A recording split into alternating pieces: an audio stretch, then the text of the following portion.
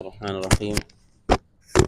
الحمد لله رب العالمين، وأشهد أن لا إله إلا الله وحده لا شريك له ولي الصالحين، وأشهد أن محمدا عبده ورسوله صلى الله عليه وعلى آله وأصحابه أجمعين. أما بعد. സഹോദരങ്ങളെ, അടുത്ത ഹദീസ് അർബഈൻ നബവിയിലെ വളരെ പ്രധാനപ്പെട്ട ഒരു ഹദീസാണ്. ഇർബാദ് ഇബ്നു സാരിയ റളിയല്ലാഹു തആല അൻഹു പറയുന്നു, വഅളന റസൂലുള്ളാഹി സ്വല്ലല്ലാഹു അലൈഹി വസല്ലമ മൗഇദ. നബി സല്ലല്ലാഹു അലൈഹി വസല്ലമ ഒരിക്കൽ ഞങ്ങളെ ഉപദേശിച്ചു. മൗഇദത്തൻ ബലീഗ, വളരെ ഹൃദയസ്പർശിയായ മനസ്സിൽ തട്ടുന്ന ഉപദേശം. വജ്ലത് മിൻഹൽ ഖുലൂബ് വദറഫത് മിൻഹൽ ഉയൂൻ, അത് കേട്ട് മനസ്സുകൾക്ക് പേടിയുണ്ടായി. വദറഫത് മിൻഹൽ ഉയൂൻ, കണ്ണുകൾ നിറഞ്ഞൊഴുകി. ഫഖുൽന യാ റസൂലല്ലാഹ്, സഹാബത്ത് പറഞ്ഞു, അല്ലാഹുവിൻ്റെ റസൂലെ, ഔസിന കഅന്നഹ മൗഇദത്തു മുവദ്ദിഅ, താങ്കളുടെ ഈ ഉപദേശം, ഇപ്പോൾ നടത്തിയ ഈ സംസാരം യാത്ര പറഞ്ഞ് പിരിഞ്ഞു പോകുന്ന ഒരാളെപ്പോലെയുണ്ട്. ഫഔസിന, അതുകൊണ്ട് ഞങ്ങൾക്ക് ഒരു വസിയത്ത് നൽകണം. നബി സല്ലല്ലാഹു അലൈഹി വസല്ലം പറഞ്ഞു, ഊസീകും ബിതഖ്വല്ലാഹ്, ഞാൻ നിങ്ങൾക്ക് തഖ്വ കൊണ്ട് വസിയത്ത് ചെയ്യുന്നു, തഖ്വ പാലിക്കണമെന്ന് ഉപദേശിക്കുന്നു. വസ്സംഇ വത്വാഅ, നിങ്ങൾ കേൾക്കുകയും അനുസരിക്കുകയും ചെയ്യണം, നിങ്ങളുടെ ഭരണാധികാരികളെ അനുസരിക്കണം എന്ന് വസിയത്ത് ചെയ്യുന്നു. വഇൻ തഅമ്മറ അലൈക്കും അബ്ദുൻ ഹബശി, എത്യോപ്യക്കാരനായ ഹബശിയായ ഒരു അടിമയാണ് നിങ്ങളുടെ മേൽ ഭരണാധികാരിയായി വരുന്നതെങ്കിലും, വഇന്നഹു മൻ യഅ്ശ് മിൻകും, നിങ്ങളിൽ ആരാണോ ദീർഘകാലം ജീവിച്ചിരിക്കുന്നത്, ആർക്കാണോ ആയുസ് നീളുന്നത്, ഫസയറ ഇഖ്തിലാഫൻ കസീറ, അടുത്ത വസിയത്ത്, അടുത്ത ഉപദേശം ഇതാണ്. തഖ്വ, രണ്ടാമതായി ഭരണാധികാരികളെ അനുസരിക്കൽ, മൂന്നാമത്തെ വസിയത്ത്, നിങ്ങൾ ആരാണോ ദീർഘകാലം ജീവിച്ചിരിക്കുന്നത് അവൻ ധാരാളം അഭിപ്രായ വ്യത്യാസങ്ങൾ കാണും, ഭിന്നിപ്പുകൾ സമുദായത്തിൽ ഒട്ടെടുക്കുന്നത് കാണേണ്ടി വരും. ആ സമയത്ത് ഫഅലൈക്കും ബിസുന്നതി വസുന്നത്തുൽ ഖുലഫാഇർ റാഷിദീൻ അൽ മഹ്ദിയീൻ, എൻ്റെയും എൻ്റെ പിൽക്കാലത്ത് എൻ്റെ പിൻഗാമികളായി വരുന്ന ഖുലഫാഉർ റാഷിദീങ്ങളുടെയും സുന്നത്ത് മുറുകെ പിടിക്കുക. വഇയ്യാക്കും വൽ മുഹ്ദസാത്ത്, ദീനിൽ പുതുതായി കടത്തിക്കൂട്ടുന്ന ആചാരങ്ങൾ, ബിദ്അത്തുകൾ നിങ്ങൾ സൂക്ഷിക്കുക. ഫഇന്ന കുല്ല ബിദ്അത്തിൻ ദലാല, അങ്ങനെ കടത്തിക്കൂട്ടുന്ന കാര്യങ്ങളെല്ലാം വഴികേടാകുന്നു, ദലാലത്താകുന്നു. ഈ ഹദീസിൻ്റെ ആശയം, ആദ്യം ഇതിൽ പറഞ്ഞ ഓരോ വാക്കുകളുടെയും വാചകങ്ങളുടെയും ആശയം എന്താണെന്ന് മനസ്സിലാക്കാം. അതിനു മുമ്പ് എന്തുകൊണ്ടാണ് നബവി റഹ്മത്തുള്ളാഹി ഈ ഹദീസ് ഉദ്ധരിച്ചത്? നമ്മൾ ഓരോ ക്ലാസ്സിലും പറയാറുണ്ട്, ഈ കിതാബിൻ്റെ പേര് തന്നെ അൽ അർബഈൻ ഫി മബാനിൽ ഇസ്ലാം, ഇസ്ലാമിൻ്റെ അടിത്തറകളായിട്ടുള്ള 40 ഹദീസുകളാണ്. എന്തുകൊണ്ടാണ് ഈ ഹദീസിൽ ഉൾപ്പെടുത്തിയത്? ഈ ഹദീസിൽ പ്രധാനമായും പറയുന്ന 2 കാര്യങ്ങളാണ്. ഒന്ന്, അള്ളാഹുവിൻ്റെ ഹക്ക്, തഖ്വല്ലാഹ്, അള്ളാഹുവിനെ അനുസരിക്കാൻ കൽപ്പിച്ചു. രണ്ടാമതായി ഭരണാധികാരികൾ അനുസരിക്കാൻ പഠിപ്പിച്ചു. വസ്സംഇ വത്വാഅ, ഈ 2 കാര്യങ്ങൾ മുസ്ലിമീങ്ങൾ നടപ്പിലാക്കിയാൽ അവരുടെ ദുനിയാവും ആഖിറത്തും രക്ഷപ്പെടും. ചില ഉലമാക്കൾ വിശദീകരിച്ചിട്ടുള്ളതാണ്. അള്ളാഹുവിനോട് അനുസരണ കാണിച്ചാൽ, തഖ്വ പാലിച്ചാൽ ആഖിറത്ത് രക്ഷപ്പെട്ടു, പരലോകം രക്ഷപ്പെട്ടു. ഭരണാധികാരികളെ ജനങ്ങളനുസരിച്ചാൽ അവരുടെ ദുനിയാവ് സന്തോഷമായിരിക്കും, സമാധാനമായിരിക്കും. അപ്പോൾ ദുനിയാവിലെയും ആഖിറത്തിലെയും സമാധാനത്തിനുള്ള വഴിയാണ് ഈ ഹദീസ്. അതുകൊണ്ടാണ് നബവി റഹ്മത്തുള്ളാഹി ഉദ്ധരിച്ചത് എന്ന് ചില ഉലമാക്കൾ അവരുടെ ശറഹുകൾ പറഞ്ഞിട്ടുണ്ട്. ഈ ഹദീസിൽ പറയുന്ന ഓരോ വാചകങ്ങളും ഓരോ വാക്കുകളും നമുക്ക് പരിശോധിക്കാം. ഒന്നാമത്, നബി സല്ലല്ലാഹു അലൈഹി വസല്ലം ജനങ്ങളെ ഉപദേശിച്ചു, വഅള് പറഞ്ഞു എന്നാണ് ഇർബാദ് ഇബ്നു സാരിയ പറയുന്നത്. വഅളന റസൂലുള്ളാഹ്, എന്താണ് വഅള് എന്ന് പറഞ്ഞാൽ? പല ഉലമാക്കളും ഈ വാക്കിനെ വഅള് അല്ലെങ്കിൽ മൗഇദ എന്ന വാക്കിനെ വിശദീകരിച്ചത് കാണാം. അവരതിൻ്റെ ഒരു നിർവചനമായിട്ട് പറയുന്നത് അൽ ഇഅ്ലാമു ഔ തദ്കീർ അൽ മഖ്റൂനു ബിത്തർഗീബ് വത്തർഹീബ്, ജനങ്ങളെ ദീനിൻ്റെ കാര്യങ്ങൾ അറിയിക്കുക, ഇഅ്ലാം അല്ലെങ്കിൽ തദ്കീർ, ഓർമ്മിപ്പിക്കുക. മഖ്റൂനൻ ബിത്തർഗീബ് വത്തർഹീബ്, പേടിപ്പിച്ചുകൊണ്ടും പ്രതീക്ഷ നൽകിക്കൊണ്ടും, അഥവാ എന്ത് കാര്യമാണോ ഉപദേശിക്കുന്നത് അതനുസരിച്ചാൽ കിട്ടുന്ന പ്രതിഫലം എന്താണ് എന്ന് തർഗീബ്, അത് പറഞ്ഞ് പ്രതീക്ഷിപ്പിക്കുക, പ്രതീക്ഷ ഉണ്ടാക്കുക. അതുപോലെ എന്ത് കാര്യമാണോ വിലക്കുന്നത്, താക്കീത് ചെയ്യുന്നത്, അതിൻ്റെ കൂടെ തർഹീബ്, അത് ചെയ്യാതിരിക്കാൻ പ്രേരണയാകുന്ന തരത്തിൽ അതിൻ്റെ അപകടങ്ങളെക്കുറിച്ച്, ആഖിറത്തിൽ കിട്ടുന്ന ശിക്ഷയെക്കുറിച്ചൊക്കെ അതിൻ്റെ കൂടെ പറയുക. ഇതാണ് മൗഇദത്ത് എന്ന് പറയുന്നത്. ഒരു കാര്യം, നമസ്കാരം നിർബന്ധമാണ്, അതുപോലെ വ്യഭിചാരം ഹറാമാണ് എന്ന് പറഞ്ഞാൽ മൗഇദത്താവുകയില്ല. അതിൻ്റെ കൂടെ നമസ്കരിച്ചാൽ ഇന്ന പ്രതിഫലമുണ്ട്, സ്വർഗമുണ്ട്, സ്വർഗത്തിൽ അള്ളാഹു വിരുന്നൊരുക്കി വെക്കുന്നുണ്ട് സുന്നത്ത് നമസ്കരിച്ച ആളുകൾക്ക്. അതുപോലെ വ്യഭിചാരികൾക്ക് അവർക്ക് ബർസഖിൽ തന്നെ കടുത്ത ശിക്ഷയുണ്ടെന്ന് ഹദീസിൽ വന്നത് കാണാം. ഒരു വലിയ അടുപ്പിൽ താഴ്ഭാഗം വീതി കൂടിയതും മുകളിൽ വീതി കുറഞ്ഞതുമായ ഒരു പാത്രത്തിൽ, ഒരു ഇരുമ്പിൻ്റെ ഒരു ഒരു അടുപ്പ് പോലെയുള്ള പാത്രത്തിൽ അവരിട്ട് കരിക്കുന്നതായി നബി സല്ലല്ലാഹു അലൈഹി വസല്ലം കണ്ടിട്ടുണ്ട്. അപ്പോൾ ഇങ്ങനെയുള്ള ശിക്ഷ ഇതിനുണ്ട് എന്ന് ഇതിൻ്റെ കൂടെ പറഞ്ഞു കൊടുക്കുക. അതാണ് വഅദ് എന്ന് പറയുന്നത്. ഇതാണ് അറിയപ്പെട്ട വിശദീകരണം. പക്ഷെ മറ്റു ചില ഉലമാക്കൾ പറഞ്ഞത് കാണാം, വഅദ് എന്ന് പറഞ്ഞാൽ ഇത് മാത്രമല്ല, നേരെ മറിച്ച് കേവലം ഹലാല് ഹറാമുകൾ പറഞ്ഞു കൊടുക്കുന്നത് ഫുഖഹാക്കളെ പോലെ, ഫിഖ് പഠിപ്പിക്കുന്ന പണ്ഡിതന്മാരെ പോലെ ഇന്നത് ഹറാമാണ്, ഇന്നത് ഹലാലാണ്, ഇന്നത് വാജിബാണ്, ഇന്നത് സുന്നത്താണ് എന്ന് മാത്രം പറയുന്നതിനും വഅദ് എന്ന് പറയാം. കാരണം എന്താണ്? അല്ലാഹു തആല ആ അർത്ഥത്തിൽ വഅദ് എന്ന വാക്ക് ഖുർആനിൽ ഉപയോഗിച്ചിട്ടുണ്ട്. ഇന്നല്ലാഹ യഅ്മുറു ബിൽ അദ്ലി വൽ ഇഹ്സാൻ വ ഈതാഇ ദിൽ ഖുർബ. അല്ലാഹു തആല അദ്ൽ കൽപ്പിച്ചിരിക്കുന്നു, അദ്ൽ കൊണ്ട് കൽപ്പിച്ചിരിക്കുന്നു, നീതി പുലർത്തണം എന്ന് കൽപ്പിച്ചിരിക്കുന്നു. വൽ ഇഹ്സാൻ, ആളുകൾക്ക് ഇഹ്സാൻ ചെയ്യണമെന്ന് കൽപ്പിച്ചിരിക്കുന്നു. വ ഈതാഇ ദിൽ ഖുർബ, ബന്ധുക്കൾക്ക്, അടുത്ത കുടുംബക്കാർക്ക് അവരുടെ ഹക്കുകൾ കൊടുക്കണമെന്ന് കൽപ്പിച്ചിരിക്കുന്നു. വയൻഹ അനിൽ ഫഹ്ശാഇ വൽ മുൻകരി വൽ ബഗി, മ്ലേച്ഛമായ പ്രവൃത്തികൾ, വൻപാപങ്ങൾ, അതുപോലെ എല്ലാ തിന്മകളും, മറ്റുള്ളവരോട് അക്രമം കാണിക്കുന്നത്, ഇതൊക്കെ അള്ളാഹു വിലക്കിയിരിക്കുന്നു. എന്നിട്ട് പറഞ്ഞു യഅഇദുകും ലഅല്ലകും തദക്കറൂൻ, അള്ളാഹു നിങ്ങളോട് ഉപദേശിക്കുന്നു, വഅദ് പറയുന്നു എന്നാണ് പറഞ്ഞത്. അപ്പോൾ ഈ ആയത്തിൽ പറഞ്ഞ കാര്യങ്ങളൊക്കെ എന്താണ്? അഹ്കാമുകൾ മാത്രമാണ്. ഇന്നത് നല്ലത്, ഇന്നത് ചീത്ത. അതിൻ്റെ കൂടെ പ്രതിഫലത്തെക്കുറിച്ചോ ശിക്ഷയെക്കുറിച്ചോ പറഞ്ഞിട്ടില്ല. അപ്പോൾ അത്തരം സന്ദർഭത്തിലും ഇങ്ങനെയുള്ള കേവലം അള്ളാഹുവിൻ്റെ നിയമങ്ങൾ പറഞ്ഞു കൊടുക്കുന്നതിനും വഅദ് എന്ന് പറയാം എന്നതാണ് കൂടുതൽ ശരിയായിട്ടുള്ളത്. അതുപോലെ തന്നെ തൊലാഖിനെ കുറിച്ച് പറഞ്ഞിട്ട്, തൊലാഖിനെ കുറിച്ച് പറയുന്ന ആയത്തിൽ അള്ളാഹു തആല ഈ വാക്ക് ഉപയോഗിച്ചിട്ടുണ്ട്. ദാലികും തുഅദൂന ബിഹി, നിങ്ങൾക്ക് വഅദായിട്ട് പറഞ്ഞു തരുന്നതാകുന്നു ഇത്. തൊലാഖിൻ്റെ നിയമങ്ങളാണ് അതിനു മുമ്പായിട്ട് പറഞ്ഞിട്ടുള്ളത്. അപ്പോൾ കേവലം ശർഈയായ നിയമങ്ങൾ പറഞ്ഞു കൊടുക്കുന്നതിനും വഅദ് എന്ന് പറയാം എന്നതാണ് കൂടുതൽ ശരിയായിട്ടുള്ള അഭിപ്രായം. എന്ന് മാത്രമല്ല, പരലോകത്തെക്കുറിച്ചും അതുപോലെ തന്നെ പ്രതിഫലത്തെക്കുറിച്ചും നരകത്തെക്കുറിച്ചും ഒക്കെ പറഞ്ഞുകൊണ്ടുള്ള വഅദ് അതിനേക്കാൾ ചിലപ്പോൾ പ്രയോജനം ചെയ്യും അഹ്കാമുൻ ശർഈയ, ദീനി നിയമങ്ങൾ, ഹലാല് ഹറാമുകൾ പറഞ്ഞുകൊണ്ടുള്ള ഉപദേശത്തിൽ. അത് നമുക്ക് അനുഭവത്തിലൂടെ മനസ്സിലാക്കാൻ കഴിയുന്ന കാര്യമാണ്. ഒരാൾ ഖബർ ശിക്ഷയെക്കുറിച്ചും നരകശിക്ഷയെക്കുറിച്ചും അതുപോലെ സ്വർഗത്തിലെ സുഖങ്ങളെക്കുറിച്ചുമൊക്കെ പറഞ്ഞ് മനസ്സിൽ തട്ടുന്ന ഒരു ഉപദേശം നടത്തിയാൽ, ഒരു വാദ് പറഞ്ഞാൽ, അത് പറയുന്ന സമയത്ത് നമ്മുടെ മനസ്സിൽ തട്ടും. ചിലപ്പോൾ കരഞ്ഞു പോകും ആളുകൾ. പക്ഷെ അതിൻ്റെ ആയുസ് കുറവായിരിക്കും. അത് അധിക സമയം നീണ്ടു നിൽക്കുകയില്ല. ആ സദസ്സ് പിരിഞ്ഞു പോയാൽ വളരെ പെട്ടെന്ന് തന്നെ അത് നമ്മൾ മറന്നുപോകും. പക്ഷെ ഇന്ന കാര്യം ഹറാമാണ്, ഇന്ന കാര്യം ഫർളാണ് എന്ന് പറയുന്ന സദസ്സാണെങ്കിലോ, അത് കേൾക്കുന്ന സമയത്തുള്ള സ്വാധീനം കുറവാണെങ്കിലും അതിൻ്റെ സ്വാധീനം നിലനിൽക്കും. അത് കുറേ കാലം നമുക്ക് ഓർമ്മയുണ്ടാകും. ചിലപ്പോൾ മരണം വരെ നമുക്കതുകൊണ്ട് പ്രയോജനമുണ്ടാകും. അപ്പോൾ ഇതിന് രണ്ടിനും വഅദ് എന്ന് പറയും. രണ്ടും ആവശ്യമാണ്. ഏറ്റവും പ്രധാനം അള്ളാഹുവിൻ്റെ നിയമങ്ങൾ മനസ്സിലാക്കുക എന്നുള്ളത് തന്നെയാണ്. രണ്ടും ആവശ്യമാണ് എന്നത് സംശയമില്ല. ഇമാം അഹ്മദ് റഹിമഹുല്ലാഹ്, നമുക്കറിയാം, അദ്ദേഹം ഇൽമിൽ മുഴുകി ജീവിച്ചിരുന്ന ഒരാളാണ്. ഹദീസിലും അതുപോലെ ഫിഖ്ഹിലും ഒക്കെ ഇമാമായിട്ടുള്ള വ്യക്തിയാണ്. അദ്ദേഹം പറഞ്ഞതായി കാണാം, മാ അഹ്വജൻ നാസ് ഇലാ ഖാസിൻ സദൂഖ്, സത്യസന്ധനായിട്ടുള്ള സദൂഖായിട്ടുള്ള ഉപദേശകൻ. ഖാസ് എന്ന് പറഞ്ഞാൽ വാഇൽ എന്നതിന് മുൻഗാമികൾ ഉപയോഗിച്ചിരുന്ന വാക്കാണ്. ഉപദേശകൻ, വഅദ് പറയുന്നവർ. അധികം ഇൽമുണ്ടാവുകയില്ല, പക്ഷെ ആളുകളെ അള്ളാഹുവിനെ കുറിച്ച് ഓർമ്മിപ്പിക്കുന്ന ആളുകൾ. അങ്ങനെയുള്ള ആളുകൾ എത്ര ആവശ്യമാണ് എന്ന് ഇമാം അഹ്മദ് റഹിമഹുല്ലാഹ് പറഞ്ഞത് കാണാം. അദ്ദേഹത്തോട് ചോദിച്ചു, അതറ അദ്ദഹാബ ഇലൈഹിം, അവരുടെ അടുത്ത് പോയി അങ്ങനെയുള്ള സദസ്സുകളിൽ ഇരിക്കുന്നത് താങ്കൾ അനുവദിക്കുന്നുണ്ടോ? അങ്ങനെ ചോദിക്കാനുള്ള കാരണം, ആദ്യകാലത്ത് പണ്ഡിതന്മാർക്ക് ഇത്തരം ആളുകളോട് താല്പര്യം കുറവായിരുന്നു. കാരണം അവർക്ക് ഇൽമു കുറവായിരിക്കും. അവരുടെ സദസ്സുകളിൽ ആളുകൾ ഒരുമിച്ച് കൂടും, എന്നിട്ട് അവർ സംസാരിക്കും. അത് കേട്ട് ആളുകൾ കരയും, പാപികളായ ആളുകൾ തൗബ ചെയ്യും. അത് നല്ല കാര്യമാണ്. പക്ഷെ അതിന് ഒരു അപകടം കൂടിയുണ്ട്. അതെന്താണ്? ശരിയായ ഇൽമിൽ നിന്ന് ആളുകളെ തടയുന്ന ഒരു സ്വഭാവം ഇത്തരക്കാർക്കുണ്ടായിരുന്നു. അതുപോലെ തന്നെ അവർ ദഈഫായ ഹദീസുകൾ ധാരാളം ഉദ്ധരിക്കും, കെട്ടുകഥകൾ പറയും. ഇങ്ങനെയുള്ള ചില കാരണങ്ങൾ കൊണ്ട് അത്തരക്കാരെ പണ്ഡിതന്മാർ മോശമായിട്ടാണ് കണ്ടിരുന്നത്. അതുകൊണ്ടാണ് ഇങ്ങനെ ചോദിച്ചത്, അതറ ദഹാബ ഇലൈഹിം. അപ്പോൾ ഇമാം അഹ്മദ് പറഞ്ഞു, ഇദാ കാന സദൂഖൻ, സത്യസന്ധനാണെങ്കിൽ, കെട്ടുകഥകൾ പറയാത്ത, ദഈഫായ ഹദീസുകൾ പറയാത്ത, അതുപോലെ ആളുകളെ ഇൽമിൽ നിന്ന് തടയാത്ത ആളാണെങ്കിൽ പോവാം എന്ന് ഇമാം അഹ്മദ് റഹിമഹുല്ലാഹ് പറഞ്ഞെടുക്കാൻ സാധിക്കും. അപ്പോൾ ഇതാണ് വഅദ് എന്ന വാക്കിൻ്റെ അർത്ഥം. വഅദ് എന്നതുകൊണ്ട് ഉദ്ദേശിക്കുന്നത് ഇതാണ്.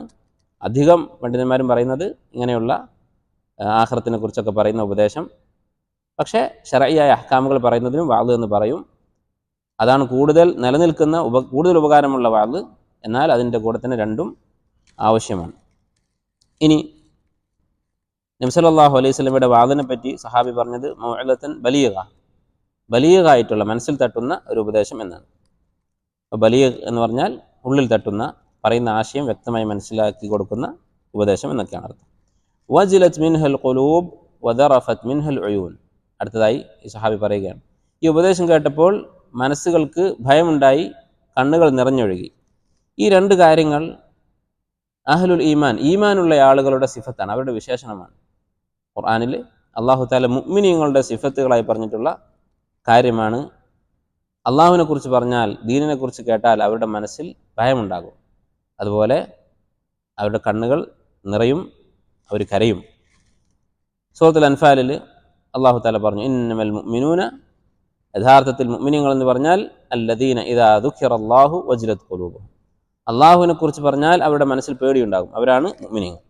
വഇദാ തുലിയത് അലൈഹിം ആയാതുഹു, അള്ളാഹുവിൻ്റെ ആയത്തുകൾ ഓതിക്കേൾപ്പിച്ചാൽ സാദത്ഹും ഈമാന, അവർക്ക് ഈമാൻ വർദ്ധിക്കും. വഅലാ റബ്ബിഹിം യതവക്കലൂൻ. അതുപോലെ അല്ലാഹു തആല പറഞ്ഞു, അല്ലാഹു നസ്സല അഹ്സനൽ ഹദീസ്, അല്ലാഹു ആകുന്നു അഹ്സനുൽ ഹദീസ്, ഏറ്റവും നല്ല സംസാരം അഥവാ ഖുർആൻ അവതരിപ്പിച്ചത്.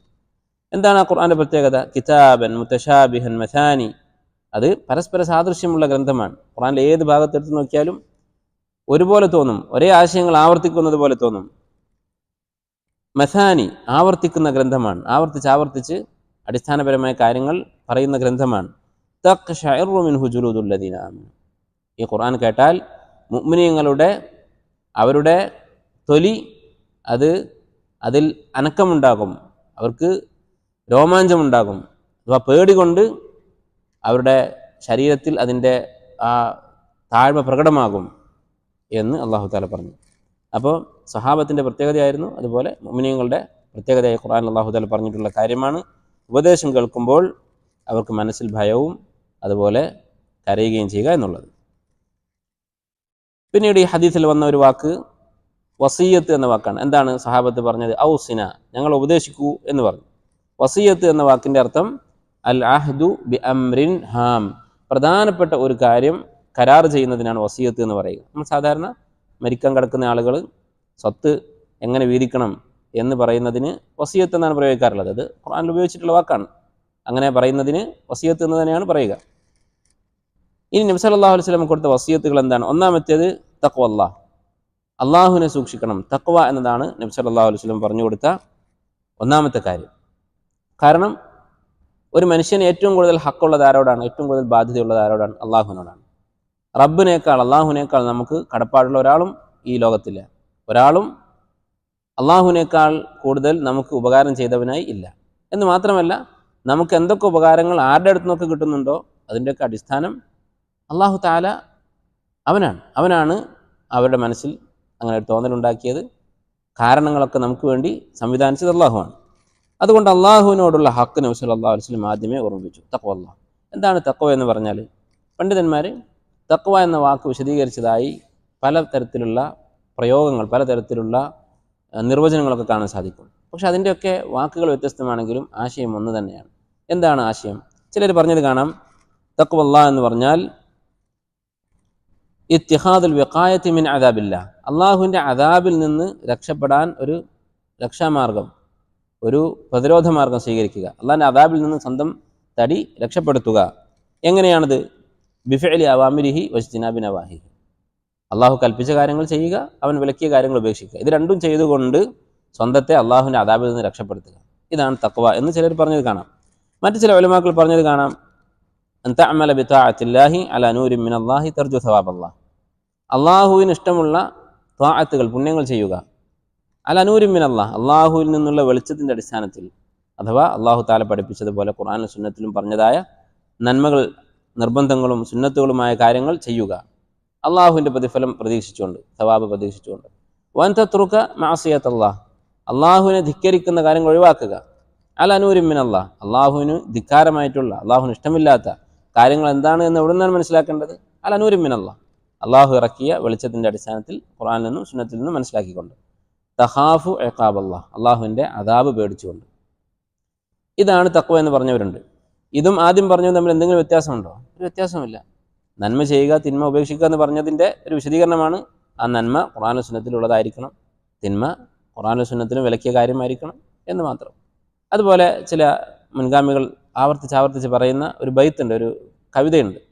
എന്താണ് തഖ്വ എന്താണെന്ന് വിശദീകരിച്ചുകൊണ്ട് ചില പണ്ഡിതന്മാർ പറഞ്ഞത് കാണാം. ഖല്ലി ദുനൂബ സഗീറഹ വ കബീറഹ ദാക ത്വഖ. ചെറുതും വലുതുമായ തിന്മകൾ മുഴുവൻ ഉപേക്ഷിക്കുക, അതാണ് തഖ്വ എന്ന് പറയുന്നത്. വസ്ന കമാശിൻ ഫൗഖ അർദി ഷൗക്കി യഹ്ദറു മാ യറ. മുള്ള് നിറഞ്ഞ ഒരു വഴിയിലൂടെ നടന്നു പോകുന്ന ഒരാളെപ്പോലെ ജീവിക്കുക. അവനെന്ത് ചെയ്യും? ആ മുള്ള് തട്ടാതെ സൂക്ഷിച്ച് നടക്കും. ഇതും നേരത്തെ പറഞ്ഞതും തമ്മിൽ വ്യത്യാസമുണ്ടോ? ഇല്ല. അള്ളാഹു കൽപ്പിച്ചത് ചെയ്യുക, അവൻ വിലക്കിയത് ഉപേക്ഷിക്കുക. അപ്പം ഇങ്ങനെ വ്യത്യസ്തമായ വാക്കുകൾ ഉപയോഗിച്ചിട്ട് പണ്ഡിതന്മാർ വിശദീകരിച്ചിട്ടുള്ളതാണെങ്കിലും ഉദ്ദേശിക്കുന്നത് ഒരേ ഒരു കാര്യമാണ്, അള്ളാഹുവിൻ്റെ അദാബിൽ നിന്ന് രക്ഷപ്പെടുക. അതിന് ഉള്ള മാർഗം അവൻ കൽപ്പിച്ചത് ചെയ്യുക, വിലക്കിയത് ഉപേക്ഷിക്കുക. ഇതാണ് അള്ളാഹുവിൻ്റെ വസിയത്ത്. അള്ളാഹു തആല ഉപദേശിച്ചിട്ടുള്ള പ്രധാനമായ ഉപദേശമാണിത്. വലഖദ് വസ്സൈന അല്ലദീന ഊതുൽ കിതാബ മിൻ ഖബ്ലിക്കും വ ഇയ്യാക്കും. നിങ്ങൾക്ക് മുമ്പ് വേദഗ്രന്ഥങ്ങൾ നൽകിയ മുൻഗാമികളായ സമുദായങ്ങൾക്കും നിങ്ങൾക്കും നമ്മുടെ ഉപദേശം വസിയത്ത് ഇതാകുന്നു, അനിത്തഖുല്ലാഹ്, അള്ളാഹുവിനെ സൂക്ഷിക്കുക എന്നതാകുന്നു. അപ്പോൾ അള്ളാഹു തആല ഈ കണ്ട കിതാബുകൾ മുഴുവൻ ഇറക്കിയത് ഇത് പഠിപ്പിക്കാൻ വേണ്ടിയാണ്. തഖ്വല്ലാഹ്, അള്ളാഹുവിനെ സൂക്ഷിക്കുക എന്ന് പറയാൻ വേണ്ടിയാണ്. ഇതാണ് നബി സല്ലല്ലാഹു അലൈഹി വസല്ലം ഒന്നാമതായി ഉപദേശിച്ച കാര്യം. രണ്ടാമത് വസ്സംഇ വത്താഅ, കേൾക്കുകയും അനുസരിക്കുകയും ചെയ്യുക. ഭരണാധികാരികളുടെ കൽപ്പനകൾ കേൾക്കുകയും അനുസരിക്കുകയും ചെയ്യുക. ഇതും അള്ളാഹു കൽപ്പിച്ചിട്ടുള്ള കാര്യമാണ്. യാ അയ്യുഹല്ലദീന ആമനു അത്തിഉ അല്ലാഹ വ അത്തിഉ റസൂല വ ഉലിൽ അംരി മിൻകും. നിങ്ങൾ അള്ളാഹുവിനെ അനുസരിക്കുക, അള്ളാഹുവിൻ്റെ റസൂലിനെ അനുസരിക്കുക, വ ഉലിൽ അംരി മിൻകും, നിങ്ങളുടെ ഭരണാധികാരികളെയും അനുസരിക്കുക. എന്നിട്ട് ഭരണാധികാരികളെ അനുസരിക്കണം എന്ന കാര്യം ഒന്നുകൂടി ഉറപ്പിച്ച് പറയാൻ വേണ്ടി, അതിൻ്റെ ഗൗരവം ഒന്നുകൂടി ഓർമ്മിപ്പിക്കാൻ വേണ്ടി നബി സല്ലല്ലാഹു അലൈഹി വസല്ലമ ഒരു ഉദാഹരണം പറഞ്ഞു. ഇൻ തഅമ്മറ അലൈക്കും അബ്ദുൻ ഹബശി, ആ ഭരണാധികാരി ഒരു എത്യോപ്യൻ അടിമയാണെങ്കിലും ഒരു നീഗ്രോ ആയ അടിമയാണെങ്കിലും അനുസരിച്ചിരിക്കണം. അപ്പോൾ ആ അനുസരണയുടെ കാര്യം ഒന്നുകൂടി ഉറപ്പിച്ച് പറഞ്ഞു. എങ്ങനെയുള്ള അടിമയാണ്? വ ഇൻ തഅമ്മറ എന്നാണ് പറഞ്ഞത്. നിങ്ങളുടെ മേൽ സ്വയം ഭരണാധികാരിയായി അവകാശപ്പെട്ടിരിക്കുന്നത് ഒരു അടിമയാണെങ്കിലും, അഥവാ ആളുകൾ തിരഞ്ഞെടുത്തതല്ല, മുമ്പുള്ള ഭരണാധികാരി വസിയത്ത് ചെയ്തതല്ല, അയാളുടെ യോഗ്യത കണ്ട് മുസ്ലിമീങ്ങളെ ഏകോപിച്ചതല്ല, അങ്ങനെയൊന്നുമല്ല. തഅമ്മറ, ഞാൻ അമീറാണെന്ന് സ്വയം പ്രഖ്യാപിച്ച് വന്നതാണ്. അങ്ങനെയാണെങ്കിലും അനുസരിക്കണം എന്നാണ് നബി സല്ലല്ലാഹു അലൈഹി വസല്ലം പറഞ്ഞിരിക്കുന്നത്. ഇപ്പോൾ ഇസ്ലാമിൽ ഒരാൾക്ക് ഭരണാധികാരം കിട്ടുന്നത് 4 രൂപത്തിലാണ്.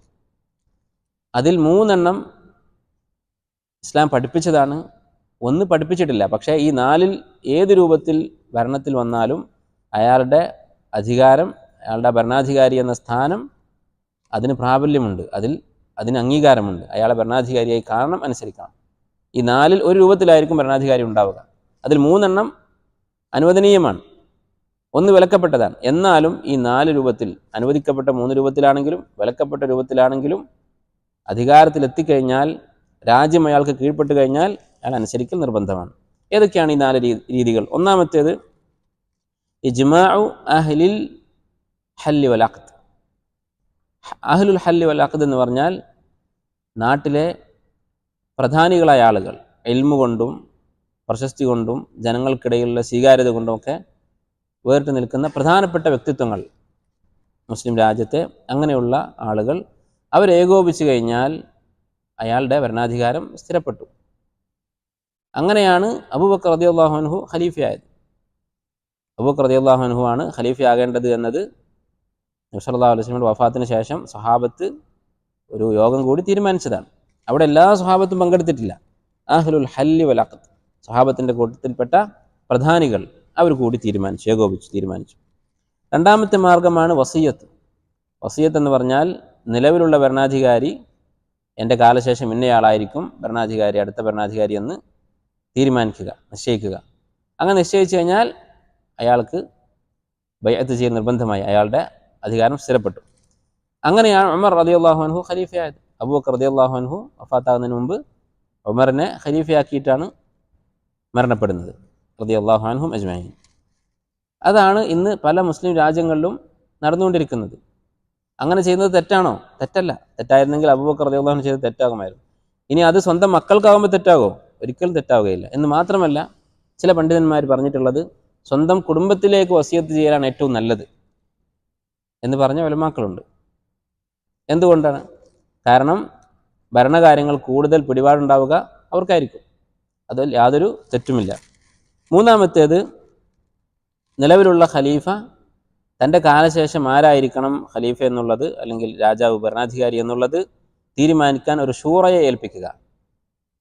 അവർ കൂടി തീരുമാനിക്കുക. 8 or 10 ആളുകളെ, അയാൾക്ക് ഇഷ്ടമുള്ള ഭരണാധികാരി തിരഞ്ഞെടുക്കുന്ന ഒരു സംഘം ആളുകളെ നിശ്ചയിച്ചിട്ട് നിങ്ങൾ ചർച്ച ചെയ്ത് നിങ്ങളുടെ കൂട്ടത്തിൽ ഒരാളെ ഖലീഫയാക്കിക്കോളൂ എന്ന് തീരുമാനിക്കുക എന്ന് പറയുക. അങ്ങനെയാണ് ഉസ്മാൻ റളിയല്ലാഹു അൻഹുവിന് അധികാരം കിട്ടിയത്. ഉമർ റളിയല്ലാഹു അൻഹു വഫാത്താവാനായപ്പോൾ അദ്ദേഹത്തിന് കുത്തേറ്റ് മരിക്കാൻ കിടക്കുന്ന സമയത്ത് അദ്ദേഹത്തോട് ചോദിച്ചു, അലാ തസ്തഖ്ലിഫ്, നിങ്ങൾ അടുത്ത ഖലീഫയെ വസിയത്ത് ചെയ്യുന്നില്ലേ എന്ന് ചോദിച്ചു.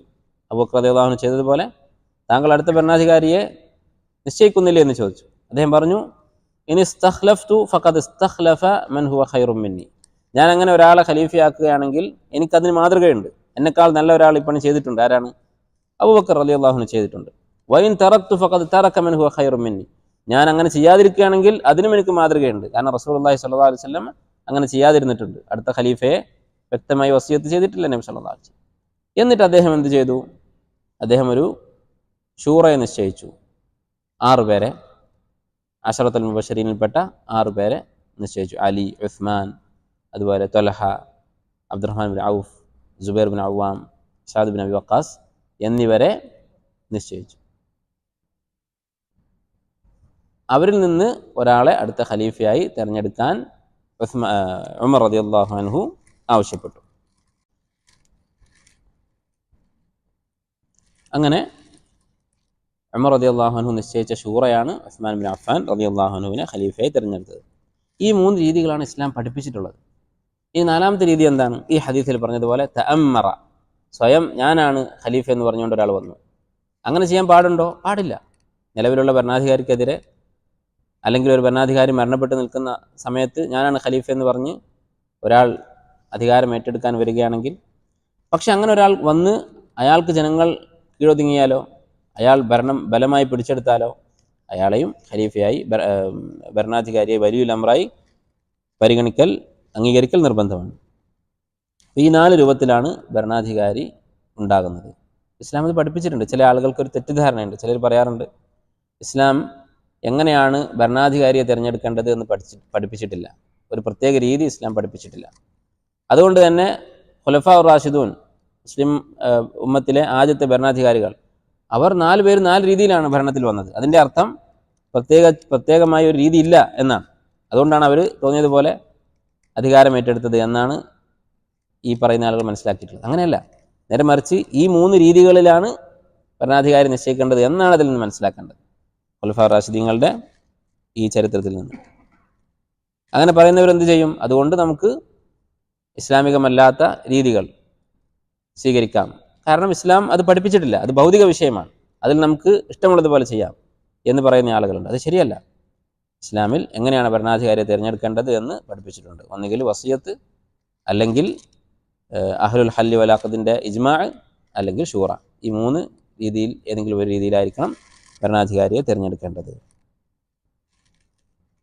അടുത്തതായി നബി സല്ലല്ലാഹു അലൈഹി വസല്ലം പഠിപ്പിച്ച കാര്യം എന്താണ്? ഈ ഹദീസിൽ ഇഖ്തിലാഫ് ഉണ്ടാകുമ്പോൾ, ജനങ്ങൾ ഭിന്നിക്കുമ്പോൾ അത്തമസ്സുകു ബിസുന്ന, സുന്നത്ത് മുറുകെ പിടിക്കുകയാണ് വേണ്ടത്. അലൈക്കും ബിസുന്നത്തി, എൻ്റെ സുന്നത്ത് നിങ്ങൾ പിന്തുടരുക എന്ന് പഠിപ്പിച്ചു.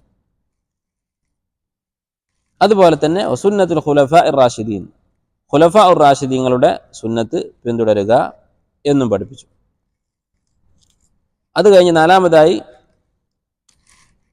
നബി സല്ലല്ലാഹു അലൈഹി വസല്ലം ഈ ഹദീസിൽ ഉപദേശിച്ചത് വഇയ്യാകും വമുഹ്ദസാത്തുൽ ഉമൂർ, മുഹ്ദസായിട്ടുള്ള, പുതുതായി ദീനിൽ കടത്തിക്കൂട്ടിയ കാര്യങ്ങൾ നിങ്ങൾ സൂക്ഷിക്കുക.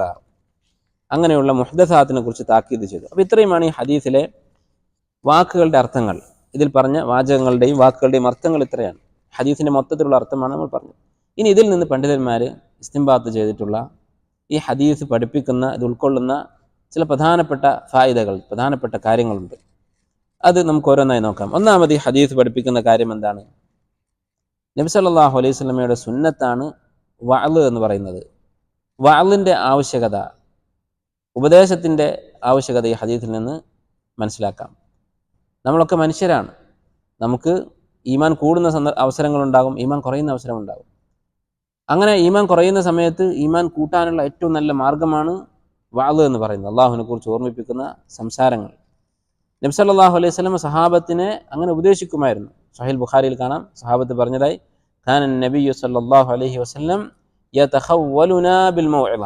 നബി സല്ലല്ലാഹു അലൈഹി വസല്ലം ഇടക്കിടക്ക് വഅദ് പറഞ്ഞുകൊണ്ട് ഞങ്ങളെ ശ്രദ്ധിക്കാറുണ്ടായിരുന്നു. അഥവാ കുറച്ച് ദിവസം കഴിയുമ്പോൾ, ഒരാഴ്ച 2 ആഴ്ച കൂടുമ്പോൾ ഒരു വഅദ് പറയും. അതിനിടയ്ക്ക് നബി സ്വല്ലല്ലാഹു അലൈഹി വസല്ലം ഇൽമു പഠിപ്പിക്കുന്നുണ്ട്, എന്നും ഇൽമു പഠിപ്പിക്കുന്നുണ്ട്. പക്ഷേ അതിന് പുറമെ നമ്മൾ ആദ്യം പറഞ്ഞതുപോലെയുള്ള പരലോകത്തെക്കുറിച്ച് ഓർമ്മിപ്പിക്കുന്ന, ഖബറിനെക്കുറിച്ച് ഓർമ്മിപ്പിക്കുന്ന അങ്ങനെയുള്ള സംസാരം, മനസ്സിൽ ഈമാൻ ഉണ്ടാക്കുന്ന സംസാരം നടത്തുമായിരുന്നു. അതിനാണ് വഅദ് എന്ന് പറയുന്നത്. അപ്പം അത് ആവശ്യമാണ്. പ്രത്യേകിച്ച് ഇക്കാലത്ത് നമ്മൾ കൂടുതൽ ആവശ്യക്കാരാണ്. ഈമാൻ ദുർബലമാകാനുള്ള സാഹചര്യങ്ങൾ കൂടിയിട്ടുണ്ട്. ഗഫ്ലത്ത് ഉണ്ടാകാനുള്ള സാധ്യതകൾ നമുക്കറിയാം, ധാരാളമുണ്ട്. അതുകൊണ്ട് തന്നെ ഇങ്ങനെയുള്ള സദസ്സുകൾ അത് വർദ്ധിപ്പിക്കുക, ഉണ്ടാക്കുക. അത് നമ്മുടെ വീട്ടിലാകാം, നമ്മുടെ സുഹൃത്തുക്കൾ കൂടുന്ന സമയത്താകാം. സ്വഹാബത്ത് പരസ്പരം പറയാറുള്ളതായി അവരുടെ ചരിത്രത്തിൽ കാണാം. അവർ രണ്ടുപേര് തമ്മിൽ കണ്ടുമുട്ടിയാൽ അവർ പറയും, ഹയ്യ ബിന നജ്ലിസ്, ഹയ്യ ബിന നുഅ്മിൻ സാഅ, നമുക്ക് ഒരുമിച്ചിരുന്ന് ഈമാൻ വർദ്ധിപ്പിക്കാം എന്നവർ പറയുമായിരുന്നു.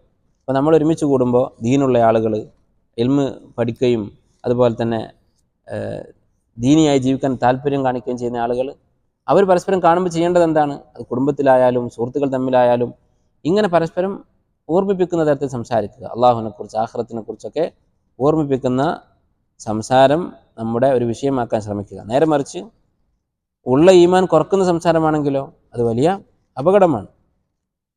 അപ്പോൾ വഅദിൻ്റെ പ്രാധാന്യം ഈ ഹദീസിൽ നിന്ന് മനസ്സിലാക്കാം. നബി സല്ലല്ലാഹു അലൈഹി വസല്ലമയുടെ സുന്നത്തിൽപ്പെട്ടതാണ് വഅദ് എന്ന് പറയുന്നത്.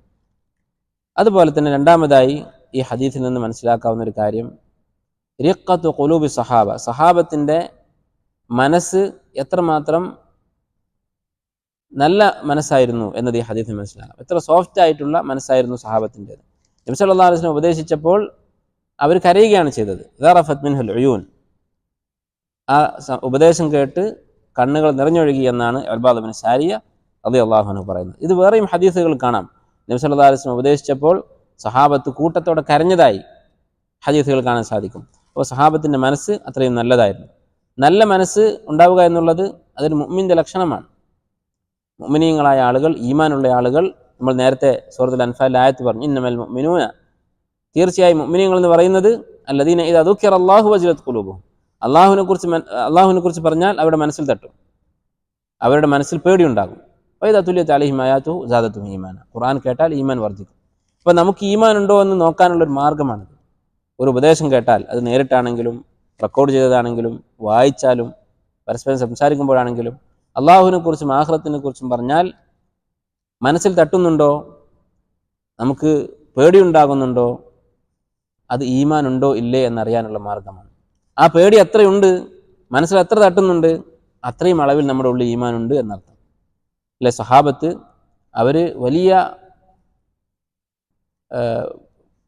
സമൂഹത്തിൽ പേരും പ്രശസ്തിയുമുള്ള, അതുപോലെ തന്നെ നമ്മെക്കാളൊക്കെ ധീരന്മാരായ ഗൗരവക്കാരായ ആളുകളൊക്കെ ആയിരുന്നു. ഉമർ ഇബ്നു ഖത്താബ് റളിയല്ലാഹു അൻഹു, നമുക്കറിയാം അദ്ദേഹം എങ്ങനെയുള്ള വ്യക്തിയായിരുന്നു. അദ്ദേഹം ഖുർആൻ കേട്ടാൽ കരയുമായിരുന്നു.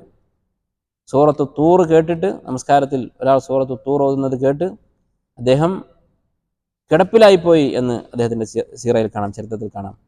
രോഗമായിപ്പോയി. അങ്ങനെ സൂറത്ത് തൂറിൽ അള്ളാഹുവിൻ്റെ അദാബിനെ കുറിച്ച് പറയുന്നുണ്ട്.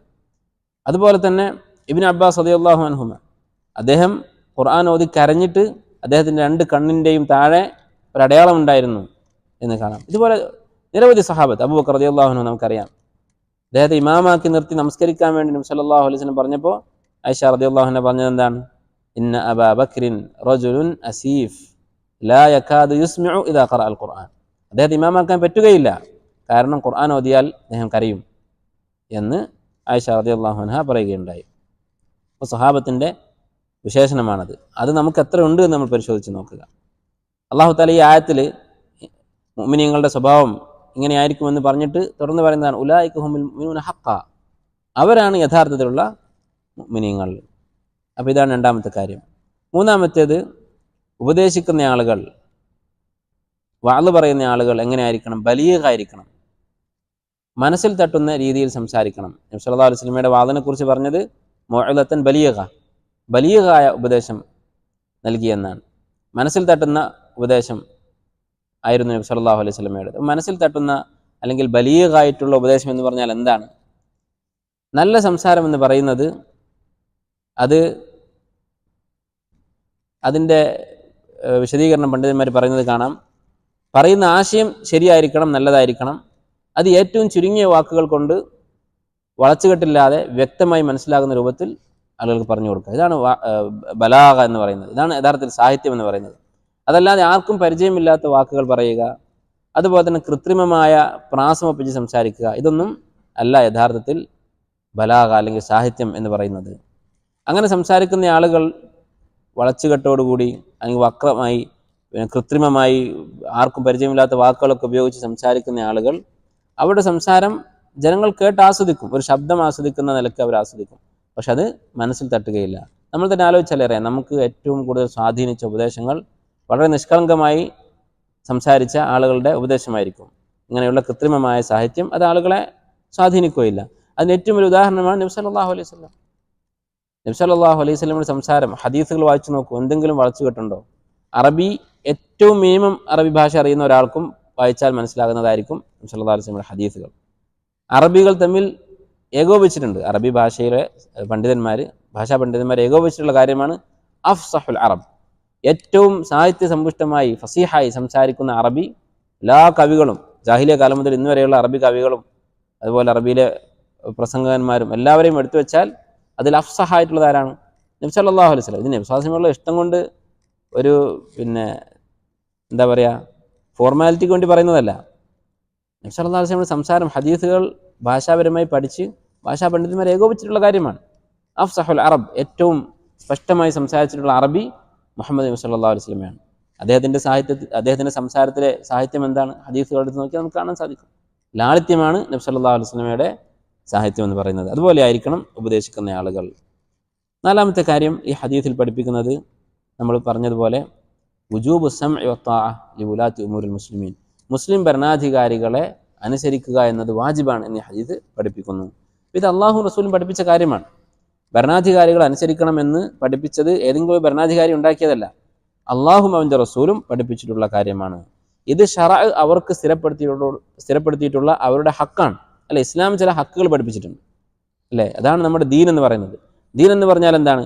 നമുക്ക് അള്ളാഹുവിനോട് കുറേ ഹക്കുകളുണ്ട്. 5 നേരത്തെ നമസ്കാരം, അതുപോലെ റമളാൻ നോമ്പ്, ഇതൊക്കെ അള്ളാഹുവിനോടുള്ള ഹക്കാണ്. അതുപോലെ സൃഷ്ടികളോട് കുറേ ഹക്കുകളുണ്ട്. മാതാപിതാക്കളോട് ഇങ്ങനെയുള്ള ഹക്ക്, മക്കളോടുള്ള ഹക്ക് ഇന്നത്, ഭാര്യയോടുള്ള ഹക്ക്, ഭർത്താവിനോടുള്ള ഹക്ക്, അതുപോലെയുള്ള ഒരു ഹക്കാണ് ഭരണാധികാരികൾക്ക് കേൾക്കുക, അനുസരിക്കുക എന്നുള്ളത്. അവരുടെ കൽപ്പനകൾ, അവർ പറയുന്ന കാര്യങ്ങൾ അനുസരിക്കുക എന്നുള്ളത്. ഇത് അള്ളാഹു കൽപ്പിച്ചു കഴിഞ്ഞു, പിന്നെ അതിൽ ചോദ്യമില്ല, അനുസരിക്കാനേ നിർവാഹമുള്ളൂ. ഇത് ചോദ്യം ചെയ്യുക എന്നുള്ളത് എന്ന് മാത്രമല്ല, ഈ കാര്യം പഠിപ്പിക്കുന്ന പണ്ഡിതന്മാരെ ഭരണാധികാരികളുടെ ഏജന്റുമാരെന്നും അവരുടെ ചെരുപ്പ് നക്കികളെന്നും എന്നൊക്കെ പറയുന്നത് വിവരക്കേട് കൊണ്ടാണ്. യഥാർത്ഥത്തിൽ ഇവരുടെ വിമർശനം എങ്ങോട്ടാണ് പോകുന്നത്? നബി സല്ലല്ലാഹു അലൈഹി വസല്ലം അടുത്തേക്കാണ്. അലൈക്കും ബിസ്സംഇ വത്വാഅ എന്ന് നബി സല്ലല്ലാഹു അലൈഹി വസല്ലം പറഞ്ഞത് ആരെ പറ്റിയാ? ഞാനാണ് ഭരണാധികാരി എന്ന് പറഞ്ഞ് കടന്നു വന്ന ഒരു അക്രമിയായ ഭരണാധികാരിയെക്കുറിച്ചാണ്. ഈ ആബിദുൽ ഹബശി എന്ന് പറയുന്നത് സ്വാലിഹായ ഒരാളല്ല. എന്തുകൊണ്ട്? നമുക്കറിയാം, തഅമ്മറ എന്ന വാക്കാണ് നബി സല്ലല്ലാഹു അലൈഹി വസല്ലം ഉപയോഗിച്ചത്. ഞാനാണ് ഭരണാധികാരി എന്ന് പറഞ്ഞ് ഗലബത്തായി, ഞാൻ ഭരണം പിടിച്ചെടുക്കുകയാണെന്ന് പറഞ്ഞു വന്നയാളാണ് ഈ അബ്ദുൽ ഹബശി. അപ്പം അങ്ങനെയുള്ള ആളെക്കുറിച്ച് പറഞ്ഞപ്പോഴും അനുസരിക്കാനാണ് നബി സല്ലല്ലാഹു അലൈഹി വസല്ലം പറഞ്ഞത്. അതുപോലെ വേറെ ഹദീസുകൾ കാണാം, സതറൗന അസറതൻ, നിങ്ങൾ അനീതി കാണേണ്ടി വരും, എൻ്റെ കാലശേഷം നീതിയില്ലാത്ത അക്രമികളായ ഭരണാധികാരികൾ കടന്നു വരും. അസറത്ത് അഥവാ ജനങ്ങളുടെ സ്വത്ത് പിടിച്ചെടുക്കുക, അത് സ്വന്തമായി ഉപയോഗിക്കുക, ഇതാണ് അസറത്ത് എന്ന് പറയുന്നത്. അത് നിങ്ങൾ കാണേണ്ടി വരും എന്ന് പറഞ്ഞിട്ടുണ്ട്. അപ്പോൾ ഉമൂറൻ തുൻകിറൂനഹ, നിങ്ങൾക്കൊരിക്കലും സങ്കല്പിക്കാൻ സാധിക്കാത്ത തിന്മകൾ നിങ്ങൾ കാണേണ്ടി വരും ഭരണാധികാരികളുടെ ഭാഗത്തു നിന്ന്. അപ്പോൾ സഹാബത്ത് ചോദിച്ചു, എന്താണ് ഞങ്ങളന്ന് ചെയ്യേണ്ടത്? നബി സല്ലല്ലാഹു അലൈഹി വസല്ലമ അവരോട് ക്ഷമിക്കാനാണ് പഠിപ്പിച്ചത്. നിങ്ങൾ ക്ഷമിക്കുക, അലൈക്കും ബിസ്സബ്ർ എന്നാണ് നബി സല്ലല്ലാഹു അലൈഹി വസല്ലം പഠിപ്പിച്ചത്. അപ്പോൾ ഈ കൊട്ടാരം പണ്ഡിതന്മാരെന്ന് പറയുന്നതിൽ നബി സല്ലല്ലാഹു അലൈഹി വസല്ലം ഉൾപ്പെടും എന്നതാണ് യഥാർത്ഥത്തിൽ വരിക. അവർ വാക്കുകൊണ്ട് വായ കൊണ്ട് പറയുന്നില്ലെങ്കിലും അവരുടെ വാദത്തിൻ്റെ താല്പര്യം അതാണ്. അതുപോലെ തന്നെ സഹാബത്തും അവരുടെ ശേഷം വന്ന ഇമാമിങ്ങളും എല്ലാവരും ഏകോപിച്ചിട്ടുള്ള കാര്യമാണ്. എത്ര വലിയ അക്രമിയാണെങ്കിലും മുസ്ലിമാണോ അത്രയും കാലം, മുസ്ലിം ആകുന്നിടത്തോളം കാലം ഭരണാധികാരിയെ അനുസരിക്കണം എന്നുള്ളത് ഇത് മുസ്ലിം ഉമ്മത്തിൻ്റെ ഇജ്മാ ഉള്ള കാര്യമാണ്. അഹ്ലുസുന്നത്ത് വൽ ജമാഅത്തിൻ്റെ ഇജ്മാ ഉള്ള കാര്യമാണ്. ശരി, ഇനി ഭരണാധികാരികൾക്ക് അവരെ അനുസരിക്കണമെന്ന് പറഞ്ഞാൽ എന്തൊക്കെയാണ് അതുകൊണ്ട് ഉദ്ദേശിക്കുന്നത്? ഒന്നാമത്തേത്, മുസ്ലിമായ ഭരണാധികാരിയുടെ ഇമാറത്ത്, അദ്ദേഹം ഭരണാധികാരിയാണ് എന്നത് വിശ്വസിക്കുക. അല്ലെ, ഖവാരിജികൾ അവർ ഭരണാധികാരികളുടെ ബൈഅത്തിൽ വിശ്വസിക്കുകയില്ല. ഒരാൾ ഖാരിജിയാണെങ്കിൽ, അവനൊരു മുസ്ലിം രാജ്യത്ത് ജീവിക്കുകയാണെങ്കിൽ ആ രാജ്യത്തെ ഭരണാധികാരിക്ക് മേൽ, ആ രാജ്യത്തെ ഭരണാധികാരിക്ക് തനിക്ക് മേലൊരു അധികാരമുണ്ട്, ബൈഅത്തുണ്ട് എന്ന് വിശ്വസിക്കുകയില്ല.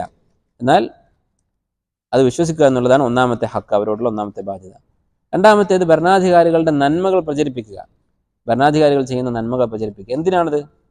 നമുക്കറിയാം, ഒരു ഖാഇദയുണ്ട്, അൽ വസായിലു ലഹ അഹ്കാമുൽ ഗായാത്ത്. നമ്മൾ ചെയ്യുന്ന കാര്യങ്ങൾ അത് എന്തൊരു ലക്ഷ്യത്തിലേക്കാണോ എത്തിക്കുക, ആ ലക്ഷ്യത്തിൻ്റെ അതേ ഹുക്കുമായിരിക്കും ഈ മാർഗത്തിന്. ഒരാൾ വസ്ത്രം വാങ്ങുന്നു, എന്തിനാണ്? നമസ്കരിക്കുമ്പോൾ ഔറത്ത് മറക്കാൻ. നമസ്കരിക്കുമ്പോൾ ഔറത്ത് മറക്കുക എന്നതിൻ്റെ ഹുക്കം എന്താണ്? വാജിബാണ്. അപ്പോൾ വസ്ത്രം വാങ്ങുന്നതിൻ്റെ ഹുക്കം എന്താണ്? വാജിബാണ്. നമുക്ക് ആവശ്യത്തിനുള്ള വസ്ത്രം വാങ്ങുക എന്ന് പറയുന്നത് വാജിബാണ്. അപ്പോൾ ഭരണാധികാരികളെ അനുസരിക്കുക എന്നുള്ളത് വാജിബാണ്. അപ്പോൾ അവരുടെ നന്മകൾ പ്രചരിപ്പിക്കുക എന്നുള്ളത് വാജിബാണ്. കാരണം ഭരണാധികാരിയെക്കുറിച്ച് ആർക്കും ഒരു നല്ല അഭിപ്രായമില്ല സമൂഹത്തിൽ. അങ്ങനെയാണെങ്കിൽ എന്ത് സംഭവിക്കും? അവരാളുകൾ അനുസരിക്കുമോ? ഒരിക്കലുമില്ല. അതുകൊണ്ട് തന്നെ അവരുടെ മഹാസിൻ, അവർ ചെയ്യുന്ന നന്മകൾ പ്രചരിപ്പിക്കുക എന്നുള്ളത് അത് നിർബന്ധമാണ്, നല്ല കാര്യമാണ്. അപ്പോൾ ഭരണാധികാരികളെക്കുറിച്ച് എന്തെങ്കിലും നല്ലത് പറഞ്ഞാൽ അതെന്തോ കിട്ടാൻ വേണ്ടിയിട്ടാണ് എന്ന് വിചാരിക്കുന്നത് ശരിയല്ല. അത് വിവരമില്ലാത്തത് കൊണ്ടാണ്. നബി സല്ലല്ലാഹു അലൈഹി വസല്ലം പഠിപ്പിച്ച കാര്യമാണ്. അവരെ കേൾക്കുകയും അനുസരിക്കുകയും ചെയ്യുക എന്നുള്ളത് അതിലേക്കുള്ള വസീലയാണ്, അവരുടെ നന്മകൾ പ്രചരിപ്പിക്കുക എന്നുള്ളത്. ബുദ്ധി കൊണ്ട് ആലോചിച്ചാലും, കേവലം ബുദ്ധി കൊണ്ട് ആലോചിച്ചാൽ മനസ്സിലാക്കാവുന്ന കാര്യമാണിത്. ഒരു സമൂഹം, ഒരു രാജ്യം, അതിന് കെട്ടുറപ്പുണ്ടാവുക അവിടുത്തെ ജനങ്ങൾ ഭരണാധികാരികളെക്കുറിച്ച് നല്ലത് വിചാരിച്ചാലാണ്. എല്ലാവരും ഭരണാധികാരിയെ വെറുക്കുകയാണെങ്കിൽ ആ നാട്ടിൽ പുരോഗതി ഉണ്ടാകും. ജനങ്ങൾക്ക് ഭരണാധികാരിയുമായി സഹകരിക്കാൻ, അവരുടെ ഭരണാധികാരികൾ മുന്നോട്ട് വെക്കുന്ന പദ്ധതികളും അവർ നാട് വികസിപ്പിക്കാനും പുരോഗതി ഉണ്ടാക്കാനും വേണ്ടി ചെയ്യുന്ന കാര്യങ്ങളും അതിനോട് സഹകരിക്കാനും അത് വിജയിപ്പിക്കാനും താല്പര്യം ഉണ്ടാകണമെങ്കിൽ ഭരണാധികാരിയെക്കുറിച്ച് നല്ല ചിന്തയുണ്ടാകണം. അക്രമിയാണെങ്കിൽ പോലും, ഭരണാധികാരി അക്രമിയാണെന്ന് വിചാരിക്കുക, എല്ലാവരും ഇദ്ദേഹത്തെ വെറുക്കുന്നു, കുറ്റം പറഞ്ഞുകൊണ്ടിരിക്കുന്നു, അതുകൊണ്ട് എന്തെങ്കിലും കാര്യമുണ്ടോ? എന്തെങ്കിലും പ്രത്യേകിച്ച് ഗുണമുണ്ടാകാൻ പോകുന്നുണ്ടോ? ഒരിക്കലുമില്ല. അടുത്തതായി, മൂന്നാമതായി ഭരണാധികാരികൾക്കുള്ള ഹക്ക് അദ്ദബ്ബു അൻ അറാദിഹിം, അവരെ പ്രതിരോധിക്കുക. അവരെക്കുറിച്ച് ഒരാൾ കുറ്റം പറയുമ്പോൾ അവരെ തടയുക. അതെന്താണ് തെളിവ്? നബി സല്ലല്ലാഹു അലൈഹി വസല്ലം പഠിപ്പിച്ചിട്ടുള്ളതാണ്, ഹദീസിൽ വന്നിട്ടുള്ളതാണ്. മൻ ദബ്ബ അൻ ഇർദി അഖീഹി ദബ്ബ അല്ലാഹു അൻ വജ്ഹിഹി നാറ യൗമൽ ഖിയാമ. ആരെങ്കിലും സ്വന്തം സഹോദരൻ്റെ അഭിമാനത്തെ പ്രതിരോധിച്ചാൽ, ഒരു മുസ്ലിം സഹോദരനെ ഒരാൾ കുറ്റം പറയുന്നത്, അന്യായമായി കുറ്റം പറയുന്നത് കേട്ട് അത് തടഞ്ഞാൽ ദബ്ബ അല്ലാഹു അൻ വജ്ഹിഹി നാർ, അള്ളാഹു ഈ തടഞ്ഞവൻ്റെ മുഖത്ത് നിന്ന് നരകത്തെ തടയുന്നതാണ്. ഇത് സാധാരണ ഒരാളെക്കുറിച്ച് പറഞ്ഞതാണ്. ഇപ്പോൾ ഭരണാധികാരിയുടെ കാര്യത്തിലോ തീർച്ചയായും അത് കൂടുതൽ പ്രസക്തമാണ്. അപ്പോൾ അവരെക്കുറിച്ച് കുറ്റം പറയുന്നത് തടയുക. ചില ആളുകൾക്കൊരു നേരം പോക്കാണ്, അവരിരുന്ന് സംസാരിക്കുകയാണെങ്കിൽ പ്രധാനപ്പെട്ട വിഷയം ഇതായിരിക്കും. അങ്ങനെ സംസാരിക്കുന്ന ആളുകളെ തടയുക. അധികവും ഇവർ സംസാരിക്കുന്നത് അവർക്കറിയാത്ത കാര്യങ്ങളായിരിക്കും, എവിടെ നിന്നെങ്കിലും കേട്ട കാര്യങ്ങളായിരിക്കും. വലിയ അത്ഭുതം എന്ന് പറയുന്നത്, സാധാരണക്കാരായ ഒരാളെ ഗീബത്ത് പറഞ്ഞാൽ ഇഷ്ടപ്പെടാത്ത ആളുകളായിരിക്കും, ദീനുള്ള ആളുകളായിരിക്കും ഭരണാധികാരികളെ കുറ്റം പറയുക എന്നുള്ളത്. യഥാർത്ഥത്തിൽ ഒരു സാധാരണക്കാരനെ കുറ്റം പറയുന്നതിനേക്കാൾ വലിയ തെറ്റാണ് ഭരണാധികാരിയെ കുറ്റം പറയുക എന്നുള്ളത്. നാലാമത്തേത്, അവർക്ക് വേണ്ടി പ്രാർത്ഥിക്കുക, ഭരണാധികാരികൾക്ക് വേണ്ടി ദുആ ചെയ്യുക. കാരണം ഈ പറഞ്ഞ കാര്യങ്ങളൊക്കെ, നമ്മൾ പറഞ്ഞ ഈ വിഷയങ്ങൾ, അവർക്ക് ബൈഅത്തുണ്ട്, അവരനുസരിക്കണം, അവരുടെ നന്മകൾ പറയണം, അവരുടെ തിന്മകൾ മറച്ചു വെക്കണം, ഇതിൻ്റെ ഒന്നും അർത്ഥം എന്തല്ല? അവർ മാസൂമാണെന്നല്ല. ഭരണാധികാരികൾ തെറ്റ് ചെയ്യും, നമ്മൾ തെറ്റ് ചെയ്യുന്നത് പോലെ തന്നെ. അവർ മനുഷ്യരാണ്, അവർ തെറ്റുകൾ ചെയ്യും. അങ്ങനെയുള്ള അവരുടെ ആ തെറ്റുകൾ അത് പരിഹരിക്കാൻ വേണ്ടി അള്ളാഹുവിനോട് പ്രാർത്ഥിക്കുക, അതാണ് ചെയ്യേണ്ടത്. അതല്ലാതെ നമുക്ക് യാതൊരു മാറ്റവും ഉണ്ടാക്കാൻ സാധിക്കാത്തൊരു കാര്യത്തെക്കുറിച്ച് സംസാരിച്ചിട്ട് എന്താ കാര്യം? ഭരണാധികാരി ഒരു അക്രമം ചെയ്തു, നമ്മൾ അതിനെക്കുറിച്ച് ഇങ്ങനെ സംസാരിച്ചിട്ട് എന്താണ് അതിൻ്റെ ഫലം? നമ്മൾ ചെയ്യുന്ന ഒരു പ്രവൃത്തിക്ക് ഒരു ഫലം ഉണ്ടാകണ്ടേ? എന്നാൽ നമ്മൾ ദുആ ചെയ്താലോ ഫലമുണ്ടാകും. അവരുടെ അവസ്ഥ നന്നാക്കാൻ വേണ്ടി, അവർക്ക് നല്ല ബിത്താനത്ത്, നല്ല കൂട്ടുകെട്ട് കൊടുക്കാൻ വേണ്ടി. അല്ലെ, ഭരണാധികാരികളോട് ആർക്കാണോ അടുപ്പം അവർക്ക് സ്വാധീനമുണ്ടാക്കാൻ സാധിക്കും. അപ്പോൾ ഭരണാധികാരികളോട് അടുപ്പമുള്ള ആളുകൾ നല്ലവരായിരിക്കാൻ വേണ്ടി പ്രാർത്ഥിക്കുക. അത് നബി സല്ലല്ലാഹു അലൈഹി വസല്ലം പഠിപ്പിച്ചിട്ടുള്ള കാര്യമാണ്. സഹീഹ് ബുഖാരിയിലെ ഹദീസിൽ കാണാം, മസ്തഖ്ലഫ അല്ലാഹു ഖലീഫത്തൻ, അള്ളാഹു ഏതൊരാൾക്ക് ഭരണം നൽകിയിട്ടുണ്ടോ ഇല്ലാ കാന ലഹു ബിത്താനത്താൻ, രണ്ട് തരത്തിലുള്ള കൂട്ടുകെട്ട് അവർക്കുണ്ടാകും. ബിത്താനത്തുൻ തഅമുറുഹും ബിൽ ഖൈരി വതഹസ്സുഹും അലൈഹി, വബിതാനത്തുൻ തഅ്മുറുഹും തഹുസ്സുഹും ബിശ്ശർരി വതഹുസ്സുഹും അലൈഹി. ഒന്ന് നന്മ പറഞ്ഞു കൊടുക്കുന്ന കൂട്ടുകെട്ടുണ്ടാകും, രണ്ടാമത്തേത് തിന്മ പറഞ്ഞു കൊടുക്കുകയും തിന്മ ചെയ്യാൻ പ്രോത്സാഹിപ്പിക്കുകയും ചെയ്യുന്ന കൂട്ടുകെട്ടുണ്ടാകും. വൽ മഅസൂമു മൻ അസമഹുല്ലാഹ്, അള്ളാഹു രക്ഷപ്പെടുത്തിയവനെ ഇതിൽ നിന്ന് രക്ഷപ്പെടുകയുള്ളൂ. അപ്പം ഇങ്ങനെയുള്ള നല്ല കൂട്ടുകെട്ട് അവർക്കുണ്ടാകാൻ വേണ്ടി ദുആ ചെയ്യുക, ഇത് അവരുടെ ഹക്കാണ്. മുൻഗാമികളായ ചില പണ്ഡിതന്മാർ പലരും പറഞ്ഞതായി കാണാം, ലൗ കാന ലി ദുആഉൻ മുസ്തജാബുൻ ലസറഫ്തുഹു ഫി അൽ അമീർ, എനിക്ക് ഉത്തരം കിട്ടുന്നൊരു പ്രാർത്ഥനയുണ്ടെങ്കിൽ അത് ഞാൻ അമീറിന് വേണ്ടി പ്രാർത്ഥിക്കും. ഒന്നിലധികം പണ്ഡിതന്മാർ പറഞ്ഞിട്ടുള്ളതാണ് മുൻഗാമികൾ. അല്ലെ അള്ള പറയാണ്, നിനക്ക് ഒരു ചോദ്യം ചോദിക്കാം, ഒരു ദുആ ചെയ്യാം, അതിനുള്ള ഉത്തരം ഉറപ്പാണ് എന്ന് പറഞ്ഞാൽ ഞാൻ വലിയുൽ അമറിനെ നന്നാക്കാൻ വേണ്ടി പറയും, ഭരണാധികാരിക്ക് വേണ്ടി ആ പ്രാർത്ഥന മാറ്റിവെക്കും. എന്തുകൊണ്ടാണ്? കാരണം ഭരണാധികാരി നന്നായാൽ അത് ദീനിന് മുഴുവൻ ഗുണമുള്ള കാര്യമാണ്. ഇത് ഭരണാധികാരികളുടെ ഹക്കിൽപ്പെട്ട കാര്യമാണ്. ഇതിനർത്ഥം എന്തല്ല, ഭരണാധികാരിയെ അനുസരിക്കണമെന്ന് പറഞ്ഞാൽ അതുകൊണ്ട് എന്ത് ഉദ്ദേശിക്കുന്നില്ല, അവർ പറയുന്ന അല്ലെങ്കിൽ അവർ കൽപ്പിക്കുന്ന കാര്യം തിന്മയാണെങ്കിൽ അനുസരിക്കണമെന്ന് ആരും പറയുന്നില്ല. അത് ഈ ഹദീസിൽ തന്നെ ഒരു സൂചനയുണ്ട്. ആദ്യം ഊസീകും ബിത്തഖ്വല്ലാഹ് എന്ന് പറഞ്ഞിട്ടാണ് വസ്സംഇ വത്താഅ എന്ന് പറയുന്നത്. തഖ്വ കഴിഞ്ഞിട്ടാണ് വലിയുൽ അമറിനെ അനുസരിക്കാൻ പറയുന്നത്. അപ്പോൾ തഖ്വക്ക് എതിരാണെങ്കിലോ വലിയുൽ അമർ പറയുന്ന കാര്യം, ഭരണാധികാരി കൽപ്പിക്കുന്ന കാര്യം അതനുസരിക്കേണ്ടതില്ല എന്ന് മാത്രമല്ല, ഒരു ഹദീസിൽ നബി സല്ലല്ലാഹു അലൈഹി വസല്ലം വ്യക്തമായി പറഞ്ഞത് കാണാൻ സ്വഹീഹ് ബുഖാരിയിലും മുസ്ലിമിലുമുള്ള ഹദീസിൽ, ലാ താഅത ഫീ മഅസിയത്തില്ലാ, അള്ളാഹുവിനെ ധിക്കരിച്ചുകൊണ്ട് ഒരാളെയും അനുസരിക്കേണ്ടതില്ല. അള്ളാഹുവിനെ ധിക്കരിക്കുന്ന കാര്യത്തിൽ ഒരാളെയും അനുസരിക്കേണ്ടതില്ല. ഭരണാധികാരി പറഞ്ഞു, നിങ്ങളെല്ലാവരും കള്ളു കുടിക്കാൻ പറ്റുമോ? പറ്റുകയില്ല. അപ്പോൾ മാസിയത്തിൻ്റെ കാര്യത്തിൽ അനുസരണയില്ല. ഇതിൻ്റെ അർത്ഥം ചില ആളുകൾ തെറ്റിദ്ധരിച്ചിട്ടുണ്ട്, ഭരണാധികാരി മാസിയത്ത് പറഞ്ഞാൽ അനുസരണമില്ല, അതുകൊണ്ട് ഇപ്പോൾ ഉള്ള ഭരണാധികാരികളൊക്കെ പല മാസിയത്തുകളും കൽപ്പിക്കുന്നവരാണ്, അതുകൊണ്ട് അവർക്ക് അനുസരണമില്ല. അങ്ങനെയല്ല, ആ പറഞ്ഞ കാര്യത്തിൽ അനുസരണമില്ല, ഈ മാസിയത്തില്ല. ആ മാസിയത്തിൻ്റെ കാര്യത്തിൽ അവർ അനുസരിക്കേണ്ടതില്ല, ബാക്കി അവർ പറയുന്ന കാര്യങ്ങൾ അപ്പോഴും അനുസരിക്കുക തന്നെ വേണം. അതുപോലെ അടുത്തതായി ഈ ഹദീസിൽ നിന്ന് മനസ്സിലാക്കാവുന്ന പ്രധാനപ്പെട്ട ഒരു കാര്യം, നബി സല്ലല്ലാഹു അലൈഹി വസല്ലമയുടെ ഒരു ആയത്ത്, ഒരു മുഅ്ജിസത്ത് എന്ന വാക്ക് മുൻഗാമികൾ ഉപയോഗിക്കാത്തതാണ്. ഖുർആനിലോ ഹദീസിലോ എവിടെയും മുഅ്ജിസത്ത് എന്നുള്ള വാക്കില്ല. അത് ബിദ്അത്തിന്റെ ആളുകൾ കൊണ്ടുവന്നതാണ്, പക്ഷേ പിന്നീട് എല്ലാവരും ഉപയോഗിക്കാൻ തുടങ്ങി. യഥാർത്ഥത്തിൽ ആയത്ത് എന്നാണ് മുൻഗാമികൾ ഉപയോഗിച്ചിട്ടുള്ളത്. നബി സല്ലല്ലാഹു അലൈഹി വസല്ലമയുടെ ആയത്തുകൾ, ദൃഷ്ടാന്തങ്ങൾ. നബി സല്ലല്ലാഹു അലൈഹി വസല്ലമയുടെ ഒരു ആയത്ത് ഈ ഹദീസിൽ നിന്ന് മനസ്സിലാക്കാൻ സാധിക്കും. അതെന്താണ്? ഇഫ്തിറാഖുൽ ഉമ്മത്ത് ഭിന്നിക്കും, പിളർന്നു പോകും എന്ന് നബി സല്ലല്ലാഹു അലൈഹി വസല്ലം പ്രവചിക്കുകയാണ് ഈ ഹദീസിൽ. ഇന്നഹു മൻ യഅ്ശ് മിൻകും ഫസയറ ഇഖ്തിലാഫൻ കസീറ, നിങ്ങൾക്ക് ആർക്കാണോ ദീർഘായുസ് കിട്ടുന്നത് അവന് ധാരാളം ഭിന്നിപ്പ് കാണേണ്ടി വരും. അപ്പോൾ മുസ്ലിം ഉമ്മത്തിൽ പിളർപ്പുകളും ഭിന്നിപ്പുകളും കാണുമ്പോൾ അതിൽ വിഷമിക്കുന്നതോടൊപ്പം നമുക്ക് ഒരു ഗുണം കൂടിയുണ്ട്. അതെന്താണ്? നബി സല്ലല്ലാഹു അലൈഹി വസല്ലമയുടെ വാക്ക് അത്ര സത്യമാണെന്ന് നമുക്ക് മനസ്സിലാക്കാൻ സാധിക്കും. നിങ്ങൾക്ക് ഭിന്നിപ്പ് കാണാം. ഇത് നബി സല്ലല്ലാഹു അലൈഹി വസല്ലം പറയുന്ന സമയത്ത് മുസ്ലിം ഉമ്മത്തിൽ രണ്ട് കക്ഷികളില്ല. ഈ 1,00,000 ചില്ലാനം സഹാബത്ത് ഒരേ മനസ്സോടുകൂടി ജീവിക്കുന്ന സമയത്താണ് നബി സല്ലല്ലാഹു അലൈഹി വസല്ലം പറയുന്നത്, നിങ്ങൾക്ക് ആർക്കാണോ ദീർഘായുസ് കിട്ടുന്നത് അവന് ധാരാളം ഭിന്നിപ്പുകൾ കാണേണ്ടി വരും. അതിനർത്ഥം ദീർഘായുസ് കിട്ടാത്തവൻ ഭിന്നിപ്പ് കാണേണ്ടി വരികയില്ല. അഥവാ സഹാബത്തിൻ്റെ കാലഘട്ടത്തിലും ഉടനെ പിളർപ്പുണ്ടാവുകയില്ല, കുറച്ച് കാലം കഴിഞ്ഞിട്ടാണ് പിളർപ്പുണ്ടാവുക. സഹാബത്തിൻ്റെ അവസാന കാലത്താണ് ഭിന്നിപ്പുണ്ടാവുക. അതുപോലെ സംഭവിച്ചു. നബി സല്ലല്ലാഹു അലൈഹി വസല്ലമയുടെ വഫാത്തിന് ശേഷം ഉടനെ ഭിന്നിപ്പുണ്ടായില്ല, അല്ലേ? വേണമെങ്കിൽ ഒരാൾക്ക് പറയാം, അതിപ്പോൾ ഏത് മഹാനും പറയാലോ, ഞാൻ മരിച്ചു കഴിഞ്ഞാൽ സ്വാഭാവികമായും എൻ്റെ അധ്യാപനങ്ങൾ അത് ആളുകൾ പിന്തുടരാനുള്ള ആവേശം കുറയും, എൻ്റെ മേൽനോട്ടം പിന്നെ ഇല്ല, അപ്പോൾ പിന്നെ ഭിന്നിപ്പുണ്ടാകും. അങ്ങനെ സംഭവിച്ചിട്ടില്ല. നബി സല്ലല്ലാഹു അലൈഹി വസല്ലം മരിച്ചതിന് ശേഷം 2 വർഷം അബൂബക്കർ റളിയല്ലാഹു അൻഹു ഭരിച്ചു. നബി സല്ലല്ലാഹു അലൈഹി വസല്ലം എങ്ങനെയായിരുന്നോ അതുപോലെ ഖിലാഫത്തുൻ റാഷിദ, നബി സല്ലല്ലാഹു അലൈഹി വസല്ലമയെ അതുപോലെ പിന്തുടർന്നുകൊണ്ടുള്ള ഭരണം. അതിനുശേഷം 10 വർഷം ഉമർ റളിയല്ലാഹു അൻഹു ഭരിച്ചു, അതും ഖിലാഫത്തുൻ റാഷിദ, നബി സല്ലല്ലാഹു അലൈഹി വസല്ലമയുടെ അതേ മാർഗ്ഗത്തിലുള്ള ഭരണം. അതിനുശേഷം 12 വർഷം ഉസ്മാൻ ബിൻ അഫ്ഫാൻ റളിയല്ലാഹു അൻഹു ഭരിച്ചു. ഇങ്ങനെ 4 ഖലീഫമാർ കൂടി 30 വർഷം ഭരിച്ചു. അവിടെ ഒരു പിളർപ്പും ഭിന്നിപ്പും ഉണ്ടായിട്ടില്ല. അതിൻ്റെ അവസാന കാലത്താണ്, ഉസ്മാൻ റളിയല്ലാഹുവിൻ്റെ അവസാന കാലത്താണ്, ഈ 20 വർഷം കഴിഞ്ഞിട്ടാണ് ഖവാരിജുകൾ ഉണ്ടാകുന്നത്. ആ ഖവാരിജുകൾക്കും മുസ്ലിം ഉമ്മത്തിനെ പിളർത്താൻ സാധിച്ചിട്ടില്ല. ഖവാരിജുകളുടെ കൂട്ടത്തിൽ ഒരു സഹാബി പോലും ഉണ്ടായിട്ടില്ല. നബി സല്ലല്ലാഹു അലൈഹി വസല്ലമയോട് സഹവസിച്ച ഒരാൾ പോലും ഖവാരിജുകളുടെ കൂട്ടത്തിൽ ഉണ്ടായിട്ടില്ല. അപ്പോൾ മുസ്ലിം ഉമ്മത്തിലൊരു പിളർപ്പുണ്ടാകുന്നത് 4 ഖലീഫമാരുടെ കാലശേഷമാണ്. അത് നബി സല്ലല്ലാഹു അലൈഹി വസല്ലമയുടെ ഒരു പ്രവചനം അപ്പാടെ പുലർന്നതായി നമുക്ക് മനസ്സിലാക്കാൻ സാധിക്കും. അതാണ് ഈ ഹദീസിലെ മറ്റൊരു ഫായിദ. ഇനി മുസ്ലിം ഉമ്മത്തിൽ ഇങ്ങനെ ഒരു പിളർപ്പുണ്ടാകും എന്നുള്ള കാര്യം വേറെയും ഹദീസിലൂടെ സ്ഥിരപ്പെട്ടിട്ടുള്ള കാര്യമാണ്. ഇനി ഹദീസ് ഇല്ലെങ്കിലും നമ്മൾ കണ്ണുകൊണ്ട് കാണുന്നതാണ് മുസ്ലിം ഉമ്മത്തിൻ്റെ ഈ പിളർപ്പ് എന്നുള്ളത്. ഇമാം അബൂ ദാവൂദ് റഹിമഹുല്ലാ, അതുപോലെ ഇമാം അഹ്മദ് ഒക്കെ ഉദ്ധരിച്ച ഒരു ഹദീസ് കാണാം. മുആവിയ റളിയല്ലാഹു അൻഹു പറയുന്നതായി, നബി സല്ലല്ലാഹു അലൈഹി വസല്ലം പറഞ്ഞു, സതഫ്തരിഖു ഉമ്മതി അലാ 73 ഫിർഖ, എൻ്റെ ഉമ്മത്തി 73 കക്ഷികളായി പിളരും. കുല്ലുഹാ ഫിന്നാർ ഇല്ല വാഹിദ, അവരെല്ലാവരും നരകത്തിലായിരിക്കും ഒരു കക്ഷി ഒഴികെ. സഹാബത്ത് ചോദിച്ചു, മൻ ഹും യാ റസൂലല്ലാഹ്, അവരാരായിരിക്കും റസൂൽ, ആ രക്ഷപ്പെടുന്ന വിഭാഗം? നോക്കൂ, സഹാബത്തിൻ്റെ ഫിഖ്ഹ്, അവരുടെ ദീനിലുള്ള അവഗാഹം, എത്രമാത്രം ബുദ്ധിയുള്ളവരായിരുന്നു സഹാബത്ത് എന്നും ഈ ചോദ്യത്തിൽ നിന്ന് മനസ്സിലാക്കാം. സഹാബത്ത് ചോദിച്ചത് എന്താണ്? എന്നായിരിക്കും ആ പിളർപ്പ് എന്നല്ല, ഏതൊക്കെയായിരിക്കും ആ ഗ്രൂപ്പുകൾ എന്നല്ല.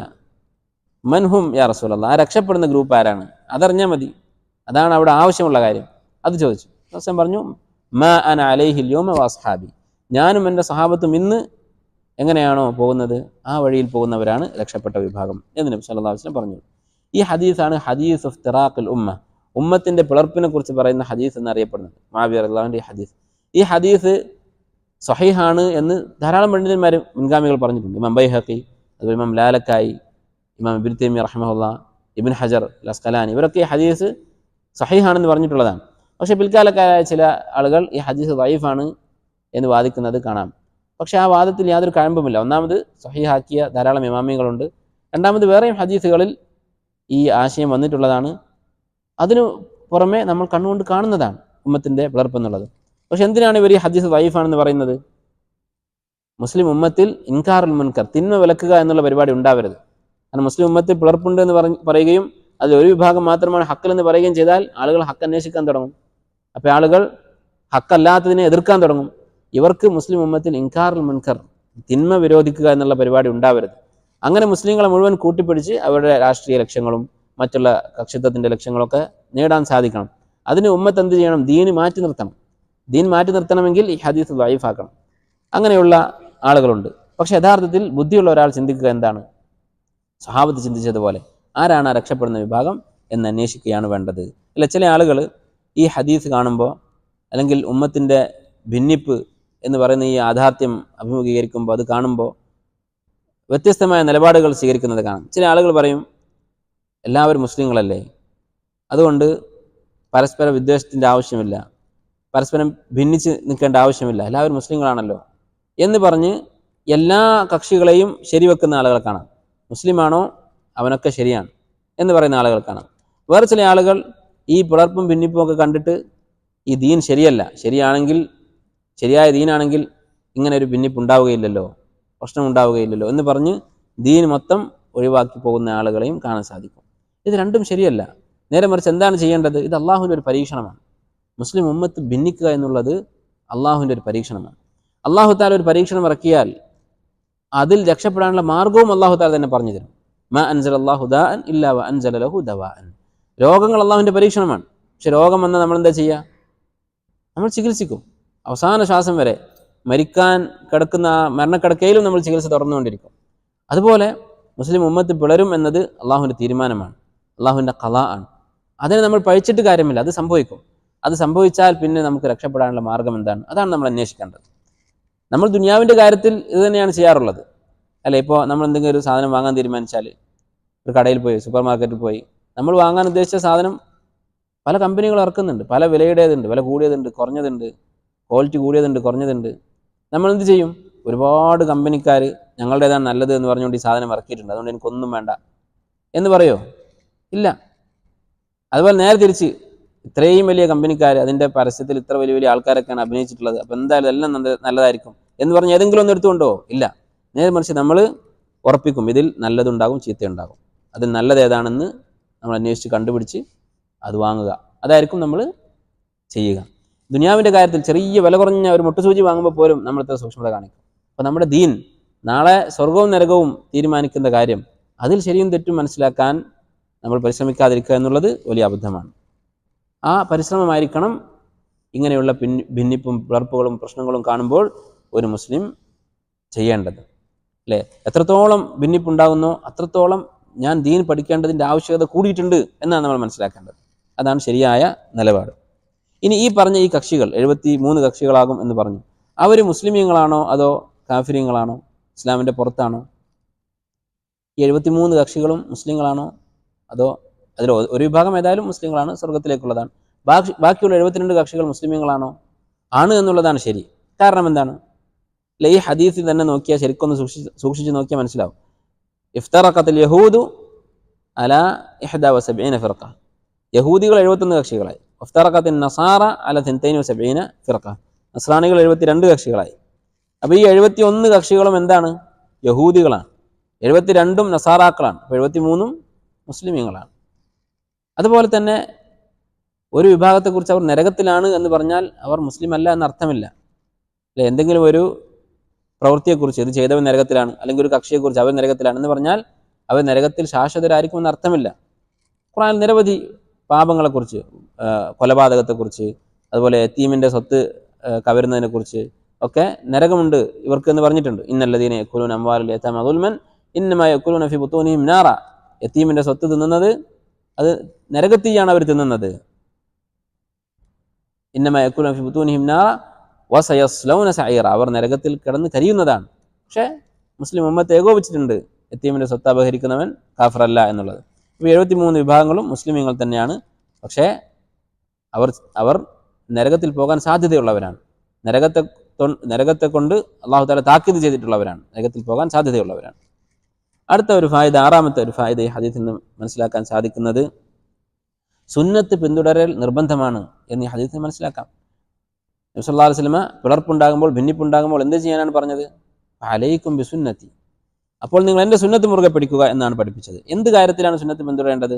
വിശ്വാസ കാര്യത്തിലും, ഇബാദത്തുകളുടെ കാര്യത്തിലും, അഖ്ലാഖിൻ്റെ കാര്യത്തിലും, എല്ലാ കാര്യത്തിലും നമ്മൾ വിശ്വസിക്കുന്നത് നബി സല്ലല്ലാഹു അലൈഹി വസല്ലമ വിശ്വസിച്ചതായിരിക്കണം. നമ്മൾ പറയുന്ന വാക്കുകൾ നബി സല്ലല്ലാഹു അലൈഹി വസല്ലം പറഞ്ഞ വാക്കുകളായിരിക്കണം. ദീനിനെ കുറിച്ചുള്ള കാര്യങ്ങൾ, നമ്മൾ ചെയ്യുന്ന ഇബാദത്തുകൾ നബി സല്ലല്ലാഹു അലൈഹി വസല്ലമയുടെ സുന്നത്തിലുള്ള ഇബാദത്തുകളായിരിക്കണം. അങ്ങനെ സുന്നത്ത് നമ്മൾ പിന്തുടരാൻ ശ്രമിച്ചാൽ ധാരാളം പ്രയോജനങ്ങൾ, ധാരാളം ഗുണങ്ങളുണ്ടാകും. അല്ലെ, പണ്ഡിതന്മാർ വിശദമായി ചർച്ച ചെയ്തിട്ടുണ്ട് സുന്നത്ത് ഇത്തിബാ ചെയ്യുന്നതിൻ്റെ സമറത്തുകൾ, ഫലങ്ങൾ. ഒന്നാമത്തേത്, നമുക്കൊരു ഇമാമുണ്ട്. സുന്നത്ത് പിന്തുടരുന്ന ഒരാൾക്കൊരു ഇമാമുണ്ട്, മുഹമ്മദ് നബി സല്ലല്ലാഹു അലൈഹി വസല്ലം.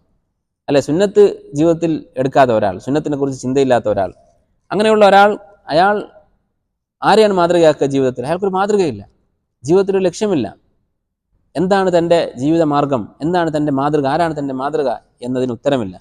അപ്പോൾ സുന്നത്ത് ഇത്തിബാ ചെയ്യുന്ന ഒരാൾക്ക് ഒന്നാമത് കിട്ടുന്ന ഗുണം, ഏറ്റവും വലിയ ഖുദ്വത്ത്, ഏറ്റവും വലിയ മാതൃക അദ്ദേഹത്തിന് കിട്ടുന്നു, ആ വ്യക്തിക്ക് കിട്ടുന്നു. രണ്ടാമത്തേത്, നാളെ പരലോകത്ത് അള്ളാഹുവിൻ്റെ അടുക്കൽ ചെല്ലുമ്പോൾ നമുക്കൊരു ഹുജ്ജത്തുണ്ടാകും, ഒരു ന്യായം പറയാനുണ്ടാകും. അള്ളാഹു തആല നമ്മളോട് നീ എന്തുകൊണ്ട് ഇങ്ങനെ നമസ്കരിച്ചു, നീ എന്തുകൊണ്ട് ഇന്ന കാര്യം ചെയ്തു എന്ന് ചോദിക്കുമ്പോൾ അള്ളാഹുവെ നിൻ്റെ റസൂലാണ് പഠിപ്പിച്ചത് എന്ന് പറയാൻ നമുക്ക് ന്യായമുണ്ടാകും. കാരണം മഹ്ശറിൽ അള്ളാഹു ചോദിക്കുന്ന ഒരു ചോദ്യം ഖുർആനിൽ അള്ളാഹു തആല പറഞ്ഞു തന്നിട്ടുണ്ട്. വയൗമ യുനാദീഹിം, അള്ളാഹു മനുഷ്യരെ വിളിച്ചു പറയുന്ന ദിവസം, ഫയഖൂലു, എന്താണ് അള്ളാഹു വിളിച്ചു പറയുക? മാദാ അജബ്തുമുൽ മുർസലീൻ, നിങ്ങളിലേക്ക് പറഞ്ഞയച്ച മുർസലീങ്ങളെ, റസൂലുമാരെ, അവർ നിങ്ങളെ പഠിപ്പിച്ചതിന് നിങ്ങൾ എന്താണ് ജവാബ് കൊടുത്തത്, എന്താണ് മറുപടി കൊടുത്തത്, എങ്ങനെയാണ് നിങ്ങൾ അവരോട് പ്രതികരിച്ചത് എന്നൊരു ചോദ്യം ഉണ്ടാകും. അതിനുത്തരം പറയാൻ സുന്നത്ത് പിന്തുടരുന്ന ആൾക്കേ സാധിക്കുകയുള്ളൂ. മൂന്നാമത്തെ ഗുണം, സുന്നത്ത് ഇത്തിബാ ചെയ്യുന്ന ഒരാൾ എപ്പോഴും ഉറച്ചു നിൽക്കും. അവൻ ചെയ്യുന്ന പ്രവൃത്തികളിൽ അവൻ ഉറച്ചു നിൽക്കും. അവൻ അതിൽ നിന്ന് പിന്തിരിപ്പിക്കാൻ ആർക്കും സാധിക്കുകയില്ല. കാരണം ഞാൻ ഈ ഇബാദത്ത് ചെയ്യുന്നത്, ഈ മാർഗത്തിൽ പ്രവേശിച്ചത് മുഹമ്മദ് നബി സല്ലല്ലാഹു അലൈഹി വസല്ലമയുടെ സുന്നത്ത് കണ്ടിട്ടാണ്, അവിടുന്ന് പറഞ്ഞ വാക്കിൻ്റെ അടിസ്ഥാനത്തിലാണ്. അങ്ങനെയുള്ള ഒരാൾക്ക് അതിൽ നിന്ന് പിന്തിരിയാൻ സാധിക്കുകയില്ല. മറ്റൊരു ഗുണം, സുന്നത്ത് പിന്തുടരുന്ന ഒരാൾക്ക് മറ്റൊരാളെ പഠിപ്പിക്കാൻ സാധിക്കും. അല്ലേ, നമ്മളൊരു ഇബാദത്ത് ചെയ്യുന്നു, അതേ കാര്യം തെറ്റായി ചെയ്യുന്നത് കണ്ടു വേറെ ഒരാൾ, നമുക്ക് പറഞ്ഞു കൊടുക്കാൻ സാധിക്കും, ഇങ്ങനെയല്ല നബി സല്ലല്ലാഹു അലൈഹി വസല്ലം പഠിപ്പിച്ചിട്ടുള്ളത്. അപ്പോൾ ദഅവത്ത് ചെയ്യാൻ സാധിക്കും, അള്ളാഹുവിൻ്റെ മാർഗത്തിലേക്ക് ആളുകളെ ക്ഷണിക്കാൻ സാധിക്കും. അതല്ലാതെ തഖ്ലീദായിക്കൊണ്ട് പൂർവികന്മാർ ചെയ്യുന്നത് കണ്ടു, നമ്മുടെ മാതാപിതാക്കൾ നമസ്കരിച്ചതുപോലെ നമ്മൾ നമസ്കരിക്കുന്നു, ഇത് വേറെ ആൾക്ക് പറഞ്ഞു കൊടുക്കാൻ പറ്റുമോ? ഒരിക്കലും സാധ്യമല്ല. നബി സല്ലല്ലാഹു അലൈഹി വസല്ലമയുടെ ഹദീസ് പഠിച്ച് അമൽ ചെയ്യുന്ന ഒരാൾക്ക് തെറ്റ് ചെയ്യുന്ന ഒരാളെ തിരുത്താൻ സാധിക്കും, ആ പ്രതിഫലം നേടാൻ സാധിക്കും. ഒരാളോട് പോയിട്ട് നീ നിസ്കരിക്കുന്നത് തെറ്റാണ്, എൻ്റെ ഉപ്പ എന്നെ പഠിപ്പിച്ചത് ഇങ്ങനെയാണ് എന്ന് പറഞ്ഞ് നമുക്ക് തിരുത്താൻ പറ്റുമോ? സാധ്യമല്ല. അല്ലാഹുവിൻ്റെ റസൂൽ പഠിപ്പിച്ചത് ഇങ്ങനെയാണ് എന്ന് പറഞ്ഞാൽ അതിൻ്റെ പ്രതിഫലം നമുക്ക് കിട്ടും. അഞ്ചാമത്തെ ഒരു ഫായിദ, സുന്നത്ത് പിന്തുടരുന്ന ഒരാൾ മധ്യമ മാർഗത്തിലായിരിക്കും. ഗുലുവും തഫ്രീത്തും ഉണ്ടാവുകയില്ല. ഗുലുവ് എന്ന് പറഞ്ഞാൽ പരിധി വിടുന്ന സ്വഭാവം, ദീനിൽ അതിരുകവിച്ചിൽ ഉണ്ടാവുകയില്ല. അതുപോലെ തന്നെ തഫ്രീത്ത്, അലംഭാവം ഉണ്ടാവുകയില്ല. രണ്ടിൻ്റെയും നടുവിലായി മധ്യമ മാർഗത്തിലായിരിക്കും സുന്നത്ത് പിന്തുടരുന്ന ഒരാളുണ്ടാവുക. എന്താണ് ഇതിൻ്റെ കാരണം? നമുക്കറിയാം, അള്ളാഹു തആല പഠിപ്പിച്ച ശരിയായ മാർഗത്തിൽ നിന്ന് പഴച്ചു പോകാൻ രണ്ട് മാർഗമുണ്ട്. ഒന്നുകിൽ ഗുലുവിലേക്ക് പോകാം, അല്ലെങ്കിൽ ജഫായിലേക്ക്, തഫ്രീത്തിലേക്ക്, ദീൻ കൈവിടുന്ന അവസ്ഥയിലേക്ക് പോകാം. ഈ രണ്ട് രൂപത്തിലും ആളുകൾ വഴിതെറ്റാറുണ്ട്. അല്ലെ, യഹൂദികൾ, അഹ്ൽ കിതാബ്, അവർ വഴിതെറ്റിയത് എങ്ങനെയാണ്? ഹുലുവാണ്. ഈസാ അലൈഹി സ്വലാം നബിയായി കൊണ്ടുവന്നു. ഈസാ അലൈഹി സ്വലാമിൻ്റെ കാര്യത്തിൽ നസാറാക്കൾ ഹുലുവിലേക്ക് പോയി. അവർ ഈസാ നബിയെ അള്ളാഹുവിൻ്റെ സ്ഥാനത്തേക്ക് ഉയർത്തി. യഹൂദികളോ അദ്ദേഹത്തിന് റസൂലിൻ്റെ സ്ഥാനം കൊടുത്തതുമില്ല. അപ്പോൾ ഈ രണ്ട് നിലക്കും ഒരാൾക്ക് വഴിപിഴക്കാം. രണ്ടുപേരും പോയി എത്തിയത് എവിടെയാണ്? കുഫറിലാണ്. ഈസാ നബി അലൈഹി സ്വലാമിനെ നിഷേധിച്ച യഹൂദികളും കാഫിറാണ്, ഈസാ അലൈഹി സ്വലാമിനെ ആരാധിച്ച നസാറാക്കളും കാഫിറാണ്. അതുകൊണ്ട് ചില താബിഈങ്ങൾ പറഞ്ഞത് കാണാം, മാ അമറ അല്ലാഹു ബി അംരിൻ, അള്ളാഹു എന്തൊരു കാര്യം കൽപ്പിച്ചിട്ടുണ്ടോ, ഇല്ലാ കാന ലിശ്ശൈത്താനി ഫീഹി നസ്അതാൻ, ശൈത്താൻ രണ്ട് രൂപത്തിൽ ആ വിഷയത്തിൽ കുഴപ്പമുണ്ടാക്കാൻ ശ്രമിക്കും. വലാ യുബാലി ബി അയ്യിഹിമാ ദഫർ, അതിലേതിലാണ് വിജയിക്കുന്നത് എന്നത് ശൈത്താൻ ഒരു പ്രശ്നമല്ല. രണ്ട് പദ്ധതിയുമായി ശൈത്താൻ വരും അള്ളാഹുവിൻ്റെ ഓരോ കൽപ്പനയുടെ മുന്നിലേക്കും. എന്തൊക്കെയാണത്? ഇമ്മ ഇല ഗുലുവിൻ ഔ ജഫ, ഒന്നുകിൽ ഗുലുവ് അല്ലെങ്കിൽ ജഫ. എങ്ങനെയാണ്? അള്ളാഹു തആല വുളു എടുക്കാൻ പറഞ്ഞു, നിസ്കരിക്കാൻ വേണ്ടി വുളു എടുക്കാൻ പറഞ്ഞു. അപ്പോൾ ശൈത്താൻ എന്ത് ചെയ്യും? വുളുവിൽ വീഴ്ച വരുത്താൻ വേണ്ടി പറയും, വസ്വാസം ഉണ്ടാക്കും. വുളു എടുക്കാതെ നമസ്കരിക്കാൻ, അല്ലെങ്കിൽ വുളു എടുക്കുമ്പോൾ തിരക്ക് കൂട്ടിയിട്ട് മുഴുവൻ കഴുകാതെ നമസ്കരിക്കാനൊക്കെ ശൈത്താൻ തോന്നിപ്പിക്കും. അങ്ങനെ ഒരാൾ വുളു ഇല്ലാതെ നമസ്കരിച്ചാൽ ശൈത്താൻ സന്തോഷമായി. ഇനിയോ വസ്വാസ് ഉണ്ടാക്കി നമസ്കാരം തന്നെ നഷ്ടപ്പെടുന്ന രീതിയിൽ വുളു എടുത്ത് എടുത്തത് ശരിയായിട്ടില്ല എന്ന് പറഞ്ഞ് ജമാഅത്തും ചിലപ്പോൾ വക്ത് തന്നെ കഴിഞ്ഞു പോകുന്ന ആളുകളൊക്കെ ഉണ്ട്. അവിടെയും ശൈത്താൻ സന്തോഷമാണ്. അയാളുടെ നമസ്കാരം നഷ്ടപ്പെട്ടു, രണ്ടാളുടെയും നമസ്കാരം നഷ്ടപ്പെട്ടു. അപ്പോൾ ശൈത്താൻ ഇത് രണ്ടായാലും വിരോധമില്ല, ആളെ ദീനിൽ നിന്ന് തെറ്റിച്ചാൽ മതി.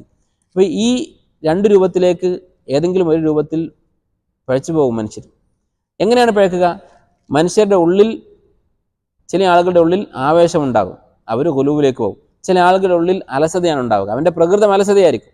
അങ്ങനെയുള്ളവൻ ഈ തഫ്രീത്തിലേക്ക്, അലംഭാവത്തിലേക്ക് പോകും. അപ്പോൾ നമ്മുടെ പ്രകൃതത്തിൻ്റെ താല്പര്യത്തിനനുസരിച്ച് അങ്ങനെ ജീവിക്കാൻ തുടങ്ങിയാൽ നമ്മൾ ഈ രണ്ടിൽ ഏതെങ്കിലും ഒരു വഴിയിൽ പോയി പഴച്ചുകൊണ്ടേയിരിക്കും.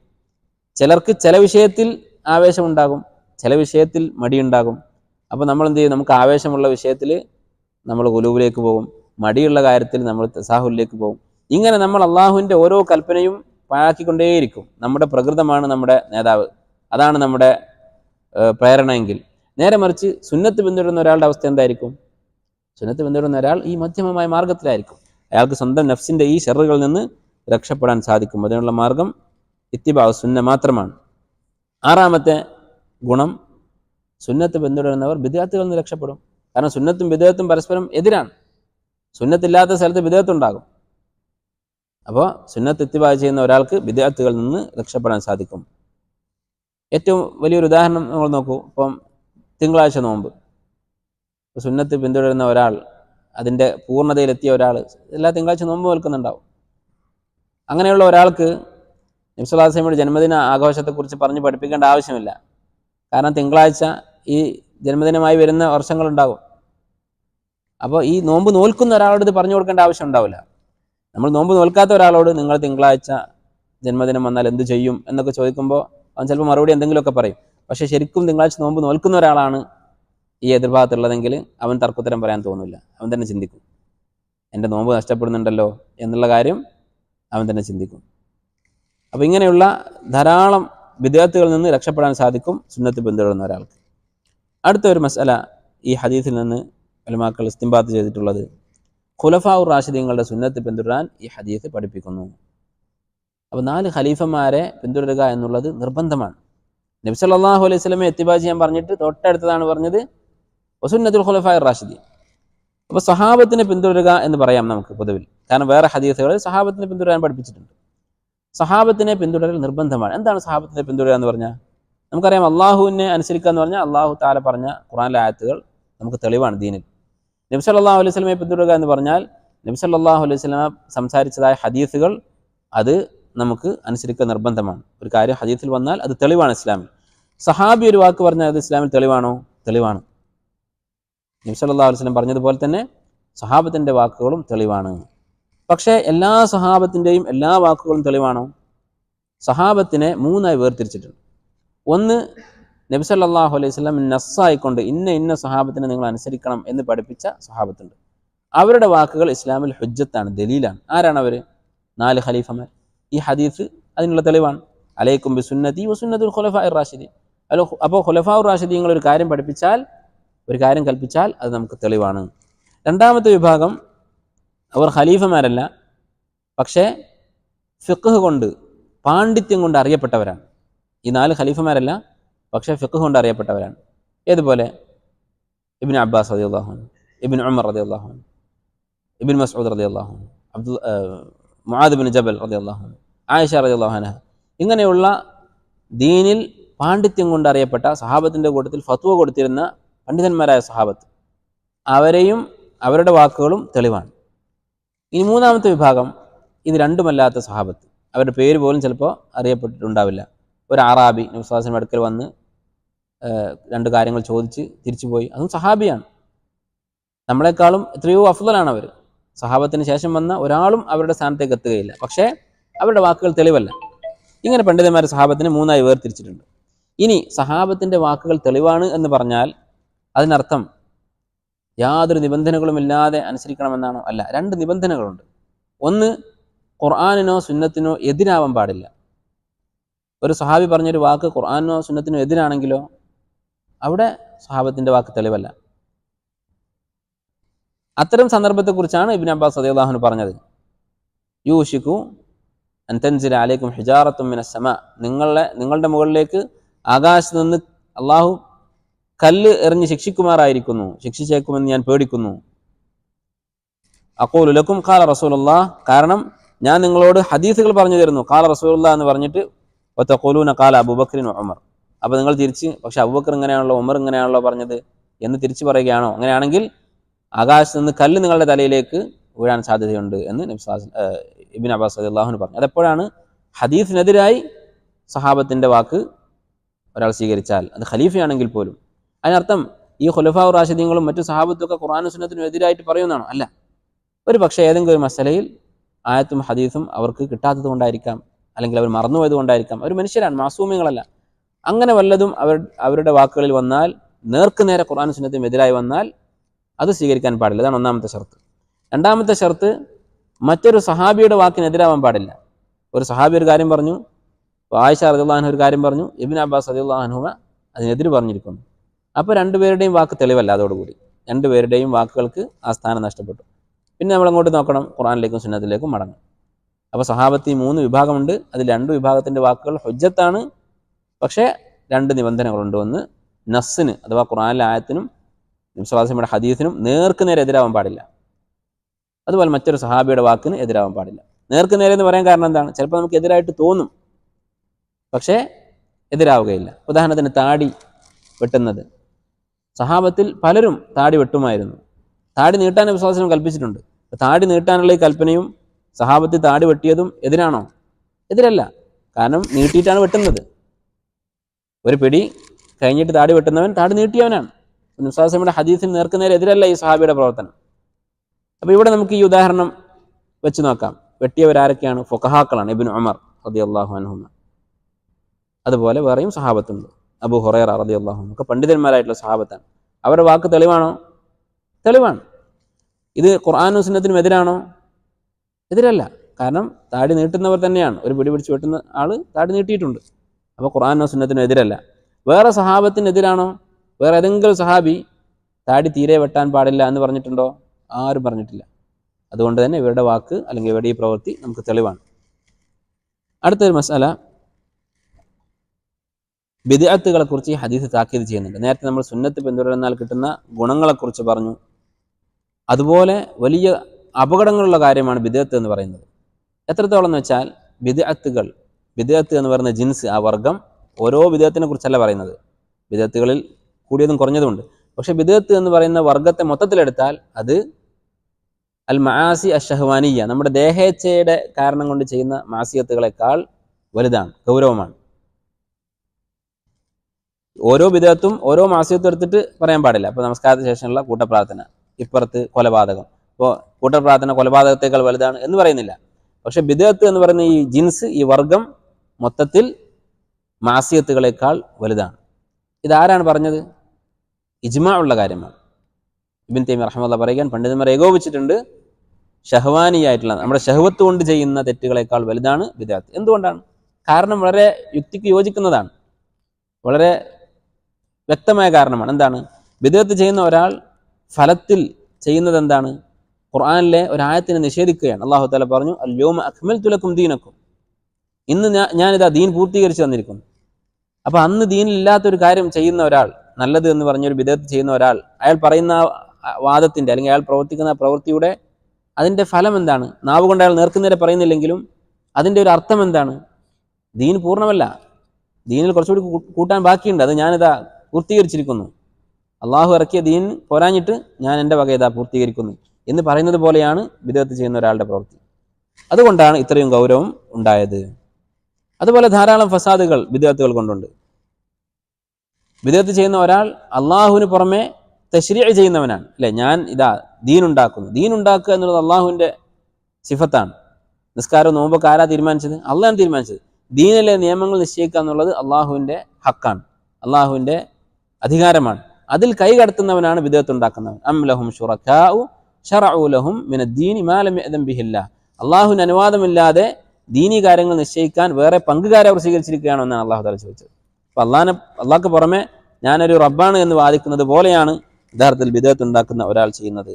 അതുപോലെ തന്നെ ബിദ്അത്തിൻ്റെ മറ്റൊരു അപകടം, ബിദ്അത്ത് ചെയ്യുന്ന ഒരാൾ നബി സല്ലല്ലാഹു അലൈഹി വസല്ലമയെ കുറ്റം പറയുകയാണ് ചെയ്യുന്നത്. യഥാർത്ഥത്തിൽ അവർ നാവ് കൊണ്ട് പറയുന്നില്ലെങ്കിലും നേർക്കുനേരെ പറയുന്നില്ലെങ്കിലും, ഞാനൊരു ബിദ്അത്ത് ഉണ്ടാക്കിയാൽ അതിൻ്റെ അർത്ഥം നബി സല്ലല്ലാഹു അലൈഹി വസല്ലമയെ കുറിച്ച് രണ്ട് കുറ്റങ്ങളിൽ ഏതെങ്കിലും ഒന്ന് ഞാൻ പറയുന്നു എന്നാണ്.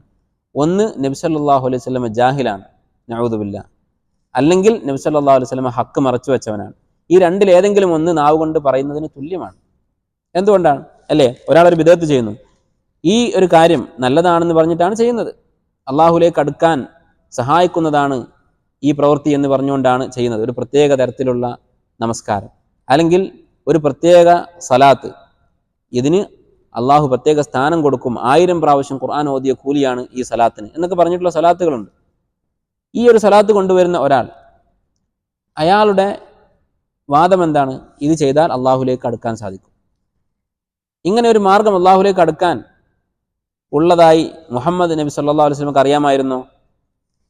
രണ്ട് ഉത്തരമുള്ളൂ. ഒന്നുകിൽ അറിയാമായിരുന്നു, അല്ലെങ്കിൽ അറിയില്ല. മൂന്നാമതൊരു ഉത്തരമില്ല. അറിയുമായിരുന്നില്ല എന്ന് പറഞ്ഞാൽ എന്തായി? നബി സല്ലല്ലാഹു അലൈഹി വസല്ലം ജാഹിലായി. അറിയുമായിരുന്നു എന്ന് പറഞ്ഞാലോ, അറിഞ്ഞിട്ട് നബി സല്ലല്ലാഹു അലൈഹി വസല്ലം അത് പറഞ്ഞു തന്നിട്ടില്ല.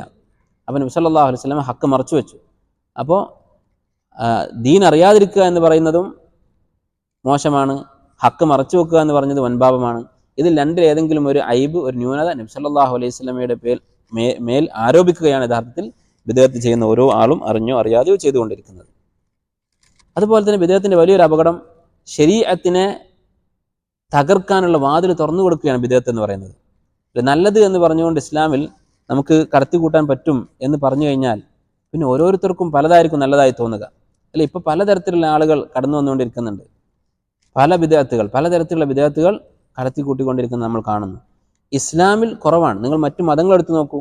മറ്റു മതങ്ങളൊക്കെ ഇന്ന് കാണുന്ന പോലെ ആവാനുള്ള കാരണം എന്താണ്? അവർക്ക് ആ മതത്തെ സംരക്ഷിക്കാനുള്ള ഒരു സംരക്ഷണമില്ല, ഇതിൽ കടത്തിക്കൂട്ടാൻ പാടില്ല എന്നൊരു നിയമമില്ല. അതുകൊണ്ട് ആ മതങ്ങൾ എന്തായി?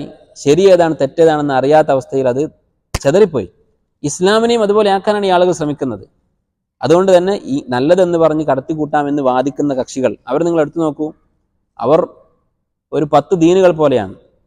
അവരോരോ നാട്ടിലും വ്യത്യസ്തമായ മതവിശ്വാസികളെ പോലെയാണ്. അവരുടെ ആരാധനാ കേന്ദ്രങ്ങളും അവരുടെ ആരാധനകളുടെ രൂപങ്ങളും ഒക്കെ പല രൂപത്തിലാണ്. അവർ കടത്തിക്കൂട്ടിയ ആചാരങ്ങൾ ഓരോ പഞ്ചായത്തിലും ഓരോ മഹലിലും വേറെ വേറെ രൂപത്തിലാണ് നടന്നുകൊണ്ടിരിക്കുന്നത്. ഇവരെല്ലാവരും ഒരേ മതക്കാരാണെന്ന് തോന്നുകയില്ല. അങ്ങനെയുള്ള അവസ്ഥ ഉണ്ടാകുന്നു. അത് മൊത്തം ഇസ്ലാമിന് വരണമെന്നാണ് ഇവർ ആഗ്രഹിക്കുന്നത്. അങ്ങനെ സംഭവിക്കാനുള്ള കാരണമാകും വിദ്യാർത്ഥികൾ അനുവദിച്ചു കൊടുക്കുക എന്നുള്ളത്.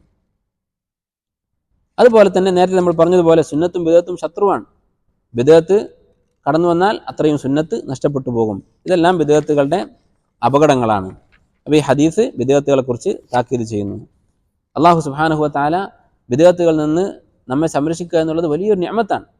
നമുക്ക് ഈ ബിദ്അത്തിന്റെ അപകടം മനസ്സിലാക്കി തന്നു എന്നുള്ളത് വലിയ അനുഗ്രഹമാണ്.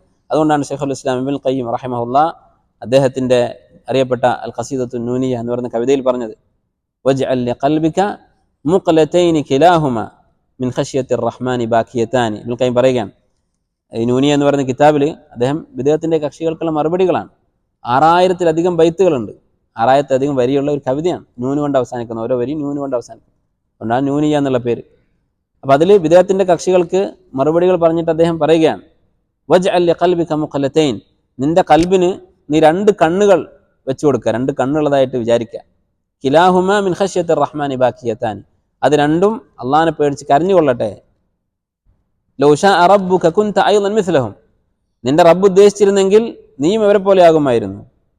വൽ ഖൽബു ബൈന അസാബിഇർ റഹ്മാനി, കൽബുകൾ അള്ളാഹുവിൻ്റെ വിരലിനിടയിലാണ്. അള്ളാഹു അത് ഉദ്ദേശിക്കുന്നത് പോലെ മാറ്റം വരുത്തുന്നതാണ്. അപ്പോൾ അള്ളാഹു തആല ആഫിയത്ത് നൽകിയവർ അള്ളാഹുവിനെ സ്തുതിക്കുക. വിദേഹത്തുകളുടെ അപകടം അത് മനസ്സിലാക്കുകയും അറിയാത്ത ആളുകൾക്ക് പറഞ്ഞു കൊടുക്കുകയും ചെയ്യുക. അള്ളാഹു സുബ്ഹാനഹു വ തആല അവൻ്റെ ദീൻ നബി സല്ലല്ലാഹു അലൈഹി വസല്ലം പഠിപ്പിച്ചതുപോലെ മനസ്സിലാക്കാനും പിന്തുടരാനുമുള്ള തൗഫീഖ് നൽകി നമ്മെ അനുഗ്രഹിക്കുമാറാകട്ടെ. അല്ലാഹുമ്മ ആതി നുഫൂസനാ തഖ്വാഹാ വസക്കിഹാ അൻത ഖൈറു മൻ സക്കാഹാ അൻത വലിയുഹാ വമൗലാഹാ സുബ്ഹാനക അല്ലാഹുമ്മ ബിഹംദിക അഷ്ഹദു അൻ ലാ ഇലാഹ ഇല്ലാ അൻത അസ്തഗ്ഫിറുക വഅതൂബു ഇലൈക്.